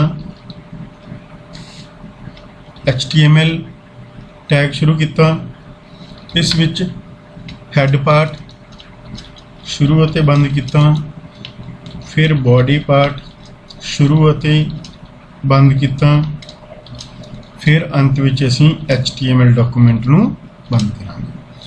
सब तो पहला असीं हर एक प्रोग्राम बनाउण वेले एक बेसिक स्ट्रक्चर जो HTML पेज दी है वो लिख लिया करांगे। हैड भाग विच असीं टाइटल दसांगे क्योंकि यह जिहड़ा प्रोग्राम है असीं टैग दे एट्रीब्यूट्स नाल संबंधित प्रैक्टिकल कर रहे हाँ, इसलिए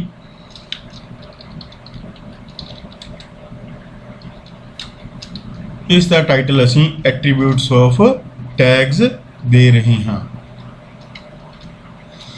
टाइटल लिखण तो बाद असीं बॉडी विच आके कोई मैसेज लिखांगे।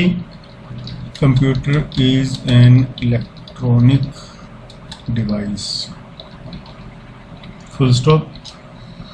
BR की सहायता नाल असीं लाइन ब्रेक कर रहे हाँ ताकि अगली लाइन विच जिहड़ा है डाटा हो आवे। Computer system can be categorized into two main components, hardware and software। असीं बॉडी विच कुछ टैक्सट टाइप किया है जो सानू वैब पेज के कंटेंट के तौर पर दिखाई देगा। आओ हुण असीं बॉडी टैग दे एट्रीब्यूट संबंधी डिस्कशन करते हैं। इस तो पहला असीं इस फाइल नूं सेव करके एक बारी रन करके देख लईए। सेव करने लई असीं सेव बटन उपर क्लिक किया। हुण असीं डेस्कटॉप उपर जो फोल्डर बनाया है उस विच फाइल नूं सेव करांगे। जिवें तुसीं देख पा रहे हो माई वैब पेजिज नाम का फोल्डर तुहानूं डेस्कटॉप उपर नज़र आ रहा है। इस फोल्डर नूं खोलण लई इस उपर डबल क्लिक करो। हुण साडा माई वैब पेजिज नाम का फोल्डर ओपन हो चुका है। हुण जो भी फाइल असीं बनाउणा चाहुंदे हां test4 डॉट टाइप करके की लिखांगे एक्सटेंशन नेम। की एक्सटेंशन वरती जाती है HTML। उस तो बाद असीं सेव बटन ते क्लिक कर देवांगे। हुण इस नूं रन करन लई असीं view which view current file in Firefox open करांगे। देखो टाइटल अते जो बॉडी दे मेन कंटेंट से वो सानू दिखाई दे रहे हैं। आओ हुण बॉडी दे एट्रीब्यूट्स दी वरतों करते हुए असीं वैब ब्राउज़र नूं बॉडी टैग संबंधी एडिशनल जानकारी प्रदान करिए ताकि बॉडी टैग दियां विशेषतावां दे अनुसार वैब ब्राउज़र सानू वह कंटेंट शो करे। असीं नोटपैड उपर क्लिक करांगे, नोटपैड खुलेगी। इस विच असीं चाहुंदे हां कि जो बॉडी की बैकग्राउंड है वह ब्लैक कलर विच आवे अते जिहड़े अखर लिखे हुए ने वह येलो कलर विच आन। इस गल तो तुसीं समझ गए होवोगे कि एट्रीब्यूट बॉडी नूं किवें दर्शाउणा है। यह चीज़ वैब ब्राउज़र नूं दसदे हन। जिवें BG कलर जिवें असीं हुणे डिस्कस करके हटे हाँ। BG कलर की सहायता नाल असीं बॉडी का बैकग्राउंड कलर चेंज कर सकते हैं। बराबर है पा के जो भी मुल तुसीं इसनूं देना चाहुंदे हो वह डबल कोमियां की सहायता नाल इसनूं दे सकते हो। डबल कोमियां विच तुसीं मुल लिखना है। कलर का नाम की लिखांगे असीं। इत्थे असीं बॉडी टैग नूं वरत्या है। उस टैग दे विच ही असीं उसदा एट्रीब्यूट दस्सिया है जो कि रैड कलर विच शो हो रहा है अते उस एट्रीब्यूट नूं वैल्यू देण लई बराबर है दी निशानी पा के जो भी मुल असीं उस विशेषता नूं जां उस एट्रीब्यूट नूं देना चाहुंदे हां ओह दे दित्ता। तां इस एट्रीब्यूट की सहायता नाल वैब ब्राउज़र नूं पता चल जाएगा कि जदों बॉडी नूं दर्शाउणा है तां उसका BG कलर की सैट करना है ब्लैक। इस तरह एट्रीब्यूट्स की सहायता नाल असीं वैब ब्राउज़र नूं किसी टैग संबंधी वाधू जानकारी दसदे हां ताकि उस जानकारी के मुताबिक वैब ब्राउज़र उस टैग उपर उस अनुसार काम कर सके। उस तरह असीं अखरां दा रंग येलो सैट करना है तो उस लई असीं किहड़ा एट्रीब्यूट वरतदे हां टैक्सट। जेकर असीं एक टैग विच एक तो वध एट्रीब्यूट की वरतों कर रहे हाँ तो एक एट्रीब्यूट अते उसकी वैल्यू लिखण तो बाद असीं खाली थां छड्डनी है। टैक्सट एट्रीब्यूट फिर रैड कलर च शो हो रहा है। बराबर है पा के असीं उसकी वैल्यू फिर डबल कोमियां विच लिखांगे। टैक्सट विच असीं किस कलर विच अखरां दा रंग शो कराना है, किस कलर विच असीं अखरां नूं दर्शाउणा है येलो। इस तरह असीं वैब ब्राउज़र नूं बॉडी टैग दियां दो विशेषतावां दस्सियां हन। की विशेषतावां दस्सियां हन? एक तो उसदा बैकग्राउंड कलर ब्लैक होवे अते दूसरा उसदा टैक्सट कलर या फोरग्राउंड कलर या अखरां दा कलर कह सकते हो येलो होवे। इस तरह इस बॉडी विच जिन्ना भी टैक्सट तुहानूं दिखाई दे रहा है उन्हां सारिਆਂ ਦਾ रंग की आऊगा हुण येलो। आओ इस उदाहरण नूं सेव करिए अते वैब ब्राउज़र विच जाके उसनूं रीलोड करिए या रीफ्रैश करिए।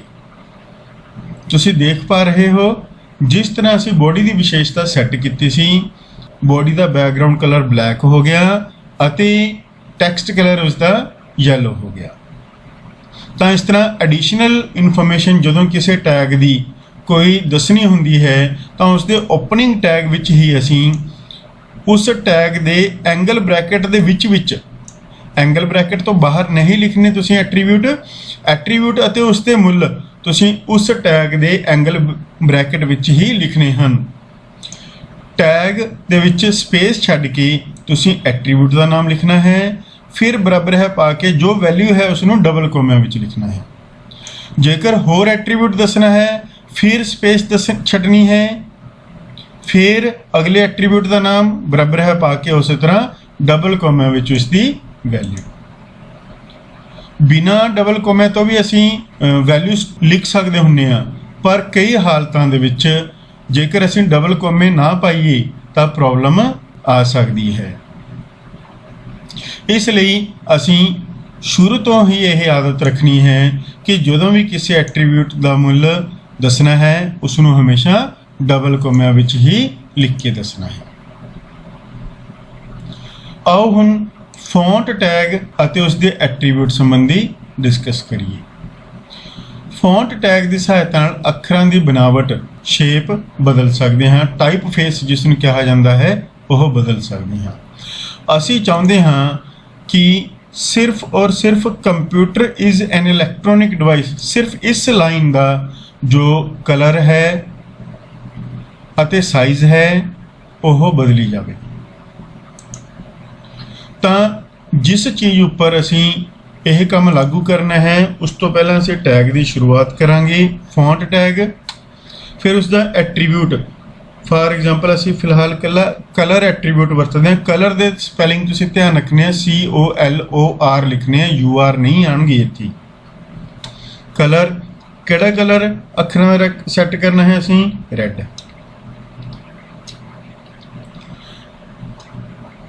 उस तो बाद असी इस टैग नूं बंद कर रहे हैं। असी फॉन्ट टैग का सिर्फ इक्को ही एट्रीब्यूट इत्थे दसना चाहते हैं। असी चाहते हाँ कि इस खास टैक्सट का कलर ही बदलिया जाए, तो इसलिए असी इस टैक्सट तो पहला फॉन्ट टैग शुरू किया अते इस टैक्सट तो बाद फॉन्ट टैग नूं बंद कर दिता। और इस टैग की वरतों नाल असी सिर्फ इक्को ही एट्रीब्यूट दस रहे हाँ कि असी इसका केवल कलर बदलना चाहते हाँ। आओ इसनूं सेव करिए अते वैब ब्राउज़र उपर क्लिक करके इसनूं रिफ्रैश करिए। जिवें तुसीं देख पा रहे हो सिर्फ उस लाइन का ही कलर बदलिया गया है, बाकी लाइन जो टैक्सट कलर बॉडी का सैट किया सी उस मुताबिक ही शो हो रहा है। जेकर असी सिर्फ इलैक्ट्रॉनिक डिवाइस शब्द का ही कलर बदलना है तो असी नोटपैड++ विच आके यह टैग कित्थों शुरू करांगे, इत्थों कट कर रहे हाँ। कित्थों शुरू करांगे, इलैक्ट्रॉनिक डिवाइस तो, क्योंकि असी इस शब्द तो उसका कलर बदलना चाहते हाँ। अते जिथे तक असी उसका कलर बदलना है उत्थे जाके असी उसनूं बंद कर दें। आओ इसनूं दुबारा तो सेव करते हैं अते वैब ब्राउज़र विच जाके रिफ्रैश करते हैं। हुण तुसीं देख पा रहे हो सिर्फ इलैक्ट्रॉनिक डिवाइस शब्द का ही रंग बदलिया गया है। उस तरह असी इलैक्ट्रॉनिक डिवाइस शब्द है जो उसका साइज़ अखरां का साइज़ भी बड़ा करना चाहते हैं तो असी फिर तो नोटपैड++ विच गई एक होर एट्रीब्यूट साइज़ एट्रीब्यूट की वरतों करांगे। असी 5 साइज़ दस्सिया, डबल कोमिਆਂ विच लिखिया, सेव किया अते वैब पेज विच जाके इसनूं रिफ्रैश कर दिता। 5 फॉन्ट साइज़ के मुताबिक हुण सानूं इलैक्ट्रॉनिक डिवाइस शब्द है जो वैब ब्राउज़र के बॉडी विच शो हो रहा है। हुण जो साइज़ एट्रीब्यूट है इसकी वैल्यू घट तो घट 1 हो सकती है अते वध तो वध 7 हो सकती है। जेकर असी 7 यूज़ करते हाँ सेव करके उसनूं दोबारा तो रन करते हाँ तो यही मैक्सीमम साइज़ है जिस विच असी इस फॉन्ट नूं दर्शा सकते हैं। इस तो वड्डा साइज़ जे असी 8, 9, 10 लिखांगे उदाहरण लई, जेकर असी इत्थे 10 लिखते हाँ वैब पेज नूं सेव किया और इधर आके रिफ्रैश करते हाँ तो इस उपर कोई फर्क नहीं पै रहा। फॉन्ट साइज़ की मैक्सीमम वैल्यू 7 है और छोटी तो छोटी वैल्यू 1 है। जेकर असी ਇਸ ਦਾ ਸਾਈਜ਼ 1 ਸੈੱਟ ਕਰ ਦਿੰਦੇ ਹਾਂ, ਇਸ ਨੂੰ ਸੇਵ ਕਰਦੇ ਹਾਂ ਅਤੇ ਰਿਫਰੈਸ਼ ਕਰਕੇ ਦੇਖਦੇ ਹਾਂ ਤਾਂ ਇਹ ਬਿਲਕੁਲ ਛੋਟੇ ਸਾਈਜ਼ ਵਿੱਚ ਆਮ ਟੈਕਸਟ ਨਾਲੋਂ ਛੋਟਾ ਸਾਈਜ਼ ਹੋ ਚੁੱਕਿਆ ਹੈ ਇਸ ਦਾ, ਉਸ ਵਿੱਚ ਸਾਨੂੰ ਇਹ ਨਜ਼ਰ ਆ ਰਿਹਾ ਹੈ। ਇਸ ਤਰ੍ਹਾਂ ਸਾਈਜ਼ ਐਟਰੀਬਿਊਟ ਦੀ ਮਦਦ ਨਾਲ ਤੁਸੀਂ ਕਿਸੇ ਖਾਸ ਟੈਕਸਟ ਦਾ ਸਾਈਜ਼ ਘਟਾ ਜਾਂ ਵਧਾ ਸਕਦੇ ਹੋ, ਪਰ ਮਿਨੀਮਮ ਸਾਈਜ਼ 1 ਰਹੇਗਾ ਔਰ ਮੈਕਸਿਮਮ ਸਾਈਜ਼ 7 ਰਹੇਗਾ। ਆਓ ਹੁਣ ਅਸੀਂ ਹਾਰਡਵੇਅਰ ਅਤੇ ਸੌਫਟਵੇਅਰ ਉੱਪਰ ਇਸੇ ਫੌਂਟ ਟੈਗ ਦੀ ਵਰਤੋਂ ਨਾਲ ਕੁਝ ਐਕਸਪੈਰੀਮੈਂਟ ਕਰਦੇ ਹਾਂ। ਹਾਰਡਵੇਅਰ ਅਤੇ ਸੌਫਟਵੇਅਰ, ਅਸੀਂ ਚਾਹੁੰਦੇ ਹਾਂ ਕਿ ਇਸ ਦਾ ਜੋ ਟਾਈਪ ਫੇਸ ਹੈ ਉਹ ਏਰੀਅਲ ਬਣ ਜਾਵੇ, ਇਹਦਾ ਸਾਈਜ਼ 5 ਹੋ ਜਾਵੇ ਅਤੇ ਇਸ ਦਾ ਕਲਰ ਗ੍ਰੀਨ ਹੋ ਜਾਵੇ। ਤਾਂ ਇਸ ਟੈਗ ਤੋਂ ਪਹਿਲਾਂ ਅਸੀਂ ਫੌਂਟ ਟੈਗ ਦੀ ਵਰਤੋਂ ਕਰਾਂਗੇ। ਕੋਈ ਵੀ ਟੈਗ ਪੂਰੇ ਵੈਬ ਪੇਜ ਵਿੱਚ ਕਿੰਨੇ ਮਰਜ਼ੀ ਵਾਰ ਅਸੀਂ ਵਰਤ ਸਕਦੇ ਹਾਂ, ਇਹ ਸਾਡੀ ਜ਼ਰੂਰਤ ਉੱਪਰ ਡਿਪੈਂਡ ਕਰਦਾ ਹੈ। ਜਿਸ ਟੈਗ ਦੀ ਜ਼ਰੂਰਤ ਜਿਸ ਥਾਂ ਤੇ ਹੋਵੇ ਉਸ ਥਾਂ ਉੱਪਰ ਅਸੀਂ ਇਹਨਾਂ ਟੈਗਸ ਦੀ ਵਰਤੋਂ ਕਰ ਸਕਦੇ ਹਾਂ। ਫੌਂਟ ਫੇਸ ਬਰਾਬਰ ਹੈ ਟਾਈਪ ਫੇਸ ਦਾ ਨਾਮ ਏਰੀਅਲ, ਕਲਰ ਕਿਸੇ ਵੀ ਐਟਰੀਬਿਊਟ ਨੂੰ ਪਹਿਲਾਂ ਜਾਂ ਬਾਅਦ ਵਿੱਚ ਲਿਖ ਸਕਦੇ ਹੋ ਉਸੇ ਟੈਗ ਵਿੱਚ, ਇਸ ਨਾਲ ਕੋਈ ਫਰਕ ਨਹੀਂ ਪੈਂਦਾ, ਗ੍ਰੀਨ। ਉਸ ਤੋਂ ਬਾਅਦ ਹੈ ਸਾਈਜ਼ ਇਕੁਅਲ ਟੂ 5।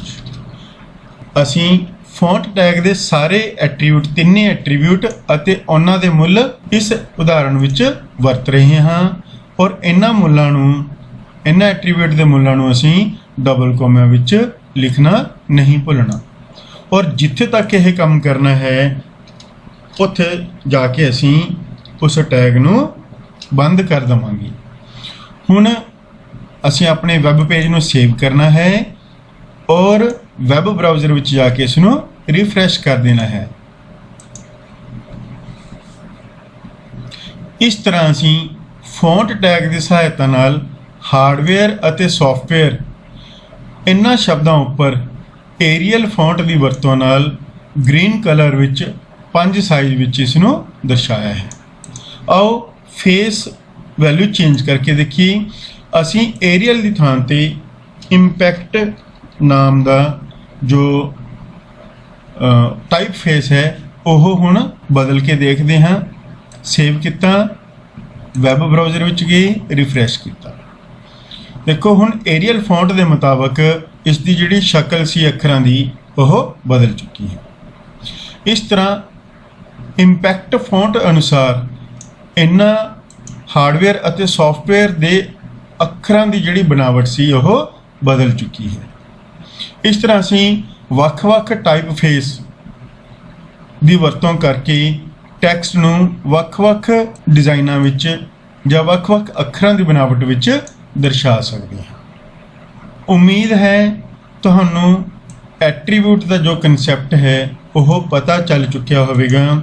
ਐਟਰੀਬਿਊਟ ਦੀ ਮਦਦ ਨਾਲ ਅਸੀਂ ਕਿਸੇ ਟੈਗ ਦੀ ਵਾਧੂ ਵਿਸ਼ੇਸ਼ਤਾ ਵੈਬ ਬਰਾਊਜ਼ਰ ਨੂੰ ਦੱਸ ਸਕਦੇ ਹਾਂ, ਜਿਸ ਦੀ ਵਰਤੋਂ ਕਰਦੇ ਹੋਏ ਵੈਬ ਬਰਾਊਜ਼ਰ ਨੇ ਉਸ ਟੈਗ ਉੱਪਰ ਉਹ ਵਿਸ਼ੇਸ਼ਤਾ ਅਨੁਸਾਰ ਕੰਮ ਕਰਕੇ ਸਾਨੂੰ ਆਉਟਪੁੱਟ ਪ੍ਰਦਾਨ ਕਰਨੀ ਹੈ। ਸਾਡਾ ਬੈਕਗ੍ਰਾਉਂਡ ਟੌਪਿਕ ਰਹਿੰਦਾ ਹੈ ਇਸ ਵਿੱਚ। ਆਓ ਹੁਣ ਬੋਡੀ ਦੇ ਬੈਕਗ੍ਰਾਉਂਡ ਐਟਰੀਬਿਊਟ ਦੀ ਵਰਤੋਂ ਵੀ ਕਰਨਾ ਸਿੱਖਦੇ ਹਾਂ। ਬੈਕਗ੍ਰਾਉਂਡ ਦੀ ਸਹਾਇਤਾ ਨਾਲ ਅਸੀਂ ਬੋਡੀ ਦੀ ਬੈਕਗ੍ਰਾਉਂਡ ਉੱਪਰ ਕੋਈ ਤਸਵੀਰ ਸੈੱਟ ਕਰ ਸਕਦੇ ਹਾਂ, ਲਗਾ ਸਕਦੇ ਹਾਂ। ਇਸ ਲਈ ਸਭ ਤੋਂ ਪਹਿਲਾਂ ਸਾਨੂੰ ਉਹ ਤਸਵੀਰ ਇਸ ਮਾਈ ਵੈਬ ਪੇਜਿਸ ਨਾਮ ਦੇ ਫੋਲਡਰ ਵਿੱਚ ਲਿਆ ਕੇ ਰੱਖਣੀ ਪਵੇਗੀ, ਜਿਸ ਨੂੰ ਅਸੀਂ ਵੈਬ ਪੇਜ ਦੇ ਬੈਕਗ੍ਰਾਉਂਡ ਉੱਪਰ ਵਰਤਣਾ ਚਾਹੁੰਦੇ ਹਾਂ। ਆਓ ਹੁਣ ਕੁਝ ਤਸਵੀਰਾਂ ਜੋ ਅਸੀਂ ਆਪਣੇ ਵੈਬ ਪੇਜ ਵਿੱਚ ਵਰਤਣਾ ਚਾਹੁੰਦੇ ਹਾਂ ਉਹਨਾਂ ਨੂੰ ਇਸ ਮਾਈ ਵੈਬ ਪੇਜਿਸ ਨਾਮ ਦੇ ਫੋਲਡਰ ਵਿੱਚ ਰੱਖੀਏ। ਸਭ ਤੋਂ ਪਹਿਲਾਂ ਵਿੰਡੋ ਐਕਸਪਲੋਰਰ ਖੋਲ੍ਹ ਕੇ ਅਸੀਂ ਕੁਝ ਤਸਵੀਰਾਂ, ਉਦਾਹਰਣ ਲਈ ਮੇਰੇ ਕੋਲ ਪਿਕਚਰਸ ਫੋਲਡਰ ਵਿੱਚ ਕੁਝ ਤਸਵੀਰਾਂ ਪਈਆਂ ਹਨ। ਇਹਨਾਂ ਤਸਵੀਰਾਂ ਨੂੰ ਮੈਂ ਕਾਪੀ ਕਰਕੇ ਆਪਣੇ ਮਾਈ ਵੈਬ ਪੇਜਿਸ ਨਾਮ ਦੇ ਫੋਲਡਰ ਵਿੱਚ ਲੈ ਆਉਂਦਾ ਹਾਂ। ਇੱਥੇ ਮੈਂ ਪੇਸਟ ਕਰੂੰਗਾ। ਇਸ ਤਰ੍ਹਾਂ ਚਾਰੇ ਤਸਵੀਰਾਂ ਮੇਰੇ ਕੋਲ ਇਸ ਫੋਲਡਰ ਵਿੱਚ ਆ ਗਈਆਂ। ਪਰ ਇਹਨਾਂ ਦੇ ਜੋ ਨਾਮ ਹਨ ਉਹ ਕਾਫੀ ਵੱਡੇ ਹਨ।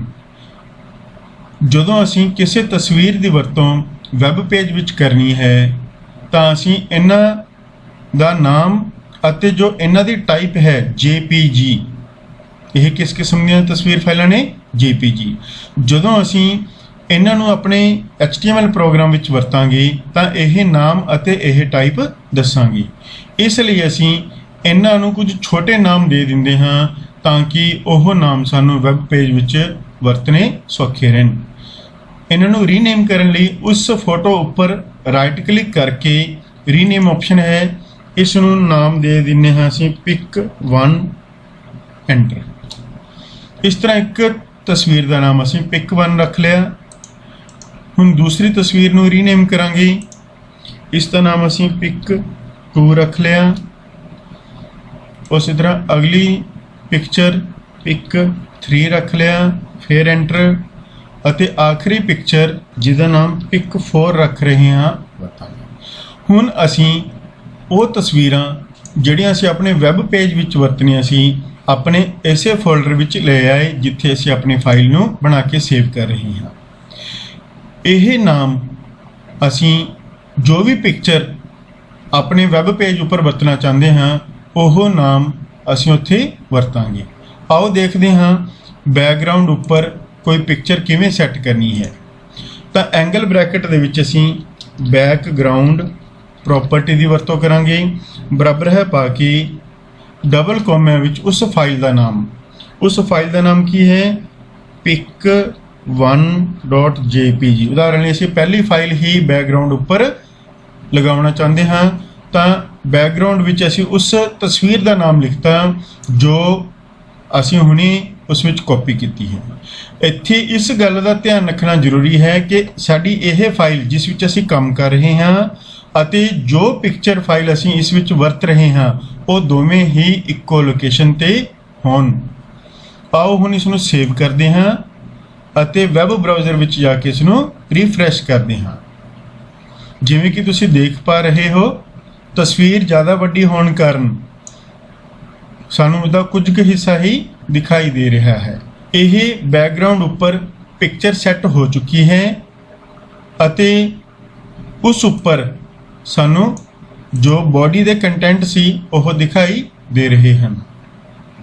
ਜੇਕਰ ਇਹ ਪਿਕਚਰ ਅਸੀਂ ਬਦਲਣਾ ਚਾਹੁੰਦੇ ਹਾਂ ਤਾਂ ਜਿਸ ਪਿਕਚਰ ਦਾ ਨਾਮ ਤੁਸੀਂ ਇਸ ਬੈਕਗ੍ਰਾਉਂਡ ਵਿੱਚ ਲਿਖ ਦਵੋਗੇ, ਉਦਾਹਰਨ ਲਈ ਅਸੀਂ pic3 ਲਿਖ ਦਿੰਦੇ ਹਾਂ ਤਾਂ pic3 ਨਾਮ ਦੀ ਜੋ ਫਾਈਲ ਹੈ ਉਹ ਬੈਕਗ੍ਰਾਉਂਡ ਉੱਪਰ ਸ਼ੋ ਹੋਵੇਗੀ। ਸੇਵ ਕਰਾਂਗੇ। ਬਦਲਾਵ ਕਰਨ ਤੋਂ ਬਾਅਦ ਫਾਈਲ ਨੂੰ ਸੇਵ ਕਰਨਾ ਨਾ ਭੁੱਲੋ ਅਤੇ ਵੈਬ ਬਰਾਊਜ਼ਰ ਵਿੱਚ ਜਾ ਕੇ ਉਸ ਨੂੰ ਰਿਫਰੈਸ਼ ਕਰਨਾ ਨਾ ਭੁੱਲੋ। ਇਹ ਸੀ ਸਾਡੀ ਤੀਸਰੀ ਫਾਈਲ ਜਿਸ ਨੂੰ ਅਸੀਂ ਬੈਕਗ੍ਰਾਉਂਡ ਦੇ ਤੌਰ ਤੇ ਵਰਤ ਰਹੇ ਹਾਂ। ਜੇਕਰ ਤੁਹਾਡੇ ਕੰਪਿਊਟਰ ਵਿੱਚ ਪਿਕਚਰਸ ਨਹੀਂ ਹਨ ਤਾਂ ਤੁਸੀਂ ਇੰਟਰਨੈਟ ਤੋਂ ਵੀ ਇਹ ਪਿਕਚਰਸ ਡਾਊਨਲੋਡ ਕਰਕੇ ਆਪਣੇ ਉਸ ਫੋਲਡਰ ਵਿੱਚ ਰੱਖ ਲਵੋ। ਅਦਰਵਾਈਜ਼ ਜਿੱਥੇ ਵੀ ਤੁਹਾਡੇ ਕੰਪਿਊਟਰ ਵਿੱਚ ਤਸਵੀਰਾਂ ਪਈਆਂ ਹਨ ਉਹਨਾਂ ਤਸਵੀਰਾਂ ਨੂੰ ਪਹਿਲਾਂ ਕਾਪੀ ਕਰਕੇ ਆਪਣੇ ਇਸ ਫੋਲਡਰ ਵਿੱਚ ਲੈ ਆਓ ਜਿੱਥੇ ਤੁਸੀਂ ਇਸ HTML ਫਾਈਲ ਨੂੰ ਸਟੋਰ ਕਰ ਰਹੇ ਹੋ ਤਾਂ ਕਿ ਤੁਹਾਨੂੰ ਉਹਨਾਂ ਫਾਈਲਾਂ ਨੂੰ ਵਰਤਣ ਦੇ ਵਿੱਚ ਆਸਾਨੀ ਰਹੇ ਅਤੇ ਉਹਨਾਂ ਫਾਈਲਾਂ ਨੂੰ ਆਪਣੇ ਅਨੁਸਾਰ ਆਪਣੀ ਜ਼ਰੂਰਤ ਅਨੁਸਾਰ ਨਾਮ ਦੇ ਦਿਵੋ। ਉਹਨਾਂ ਦੀ ਐਕਸਟੈਂਸ਼ਨ ਚੈੱਕ ਕਰ ਲਵੋ ਜਿਵੇਂ ਕਿ ਅਸੀਂ ਆਪਣੇ ਇਸ ਫੋਲਡਰ ਵਿੱਚ ਕੀਤਾ ਸੀ। ਇਹ ਨਾਮ ਚੇਂਜ ਕਰ ਲਏ ਅਤੇ ਉਹਨਾਂ ਦੀ ਇਹ ਐਕਸਟੈਂਸ਼ਨ ਧਿਆਨ ਵਿੱਚ ਰੱਖਣੀ ਹੈ ਕੀ ਹੈ। ਜੇ ਇੱਥੇ PNG ਲਿਖਿਆ ਹੁੰਦਾ ਤਾਂ ਅਸੀਂ ਇੱਥੇ ਵੀ PNG ਹੀ ਲਿਖਣਾ ਸੀ। ਤਾਂ ਫਾਈਲ ਦਾ ਨਾਮ ਅਤੇ ਐਕਸਟੈਂਸ਼ਨ ਧਿਆਨ ਨਾਲ ਲਿਖਣਾ ਹੈ। ਜੇਕਰ ਤੁਸੀਂ ਇੱਥੇ ਫਾਈਲ ਦਾ ਨਾਮ ਗਲਤ ਪਾ ਦਿੱਤਾ, ਉਦਾਹਰਨ ਲਈ ਮੈਂ 43 ਪਾ ਦਿੱਤਾ, ਉਸ ਤੋਂ ਬਾਅਦ ਇਸ ਨੂੰ ਸੇਵ ਕੀਤਾ ਔਰ ਇਸ ਨੂੰ ਰਿਫਰੈਸ਼ ਕਰਕੇ ਦੇਖੂੰਗਾ ਤਾਂ ਬੈਕਗ੍ਰਾਉਂਡ ਉੱਪਰ ਕੋਈ ਵੀ ਤਸਵੀਰ ਮੈਨੂੰ ਦਿਖਾਈ ਨਹੀਂ ਦੇ ਰਹੀ। ਕਿਉਂਕਿ ਵੈਬ ਬਰਾਊਜ਼ਰ ਨੂੰ ਇਸ ਨਾਮ ਦੀ ਫਾਈਲ ਉਸ ਲੋਕੇਸ਼ਨ ਉੱਪਰ ਨਹੀਂ ਮਿਲੀ ਜਿਸ ਕਾਰਨ ਉਸਨੇ ਉਸ ਤਸਵੀਰ ਨੂੰ ਸ਼ੋ ਨਹੀਂ ਕੀਤਾ। ਤਾਂ ਤੁਹਾਨੂੰ ਬੈਕਗ੍ਰਾਉਂਡ ਅਤੇ BG ਕਲਰ ਇਹਨਾਂ ਦੋਵੇਂ ਐਟਰੀਬਿਊਟਸ ਦੀ ਚੰਗੀ ਤਰ੍ਹਾਂ ਸਮਝ ਆ ਚੁੱਕੀ ਹੋਵੇਗੀ। ਇਹਨਾਂ ਦੋਵਾਂ ਵਿੱਚ ਅੰਤਰ ਕਲੀਅਰ ਹੋ ਗਿਆ ਹੋਵੇਗਾ। BG ਕਲਰ ਨਾਲ ਅਸੀਂ ਕੋਈ ਸਿੰਗਲ ਕਲਰ ਬੈਕਗ੍ਰਾਉਂਡ ਉੱਪਰ ਸੈੱਟ ਕਰ ਸਕਦੇ ਹਾਂ ਜਦਕਿ ਬੈਕਗਰਾਉਂਡ ਐਟਰੀਬਿਊਟ ਦੀ ਮਦਦ ਨਾਲ ਅਸੀਂ ਕਿਸੇ ਤਸਵੀਰ ਨੂੰ ਬਾਡੀ ਦੇ ਬੈਕਗਰਾਉਂਡ ਉੱਪਰ ਸੈੱਟ ਕਰ ਸਕਦੇ ਹਾਂ, ਜਦੋਂ ਕਿ ਟੈਕਸਟ ਕਲਰ ਦੀ ਮਦਦ ਨਾਲ ਅਸੀਂ ਬਾਡੀ ਵਿੱਚ ਦਿਖਾਈ ਦੇ ਰਹੇ ਸਾਰੇ ਟੈਕਸਟ ਦਾ ਰੰਗ ਬਦਲ ਸਕਦੇ ਹਾਂ। ਫੌਂਟ ਟੈਗ ਅਤੇ ਉਹਨਾਂ ਦੇ ਐਟਰੀਬਿਊਟਸ ਦੀ ਮਦਦ ਨਾਲ ਅਸੀਂ ਬਾਡੀ ਵਿੱਚ ਦਿਖਾਈ ਦੇ ਰਹੇ ਕਿਸੇ ਖਾਸ ਟੈਕਸਟ ਦੇ ਉੱਪਰ ਕਲਰ ਚੇਂਜ ਕਰਨਾ, ਸਾਈਜ਼ ਚੇਂਜ ਕਰਨਾ ਜਾਂ ਉਹਦਾ ਟਾਈਪ ਫੇਸ ਨੂੰ ਚੇਂਜ ਕਰਨ ਦਾ ਕੰਮ ਕਰਵਾ ਸਕਦੇ ਹਾਂ।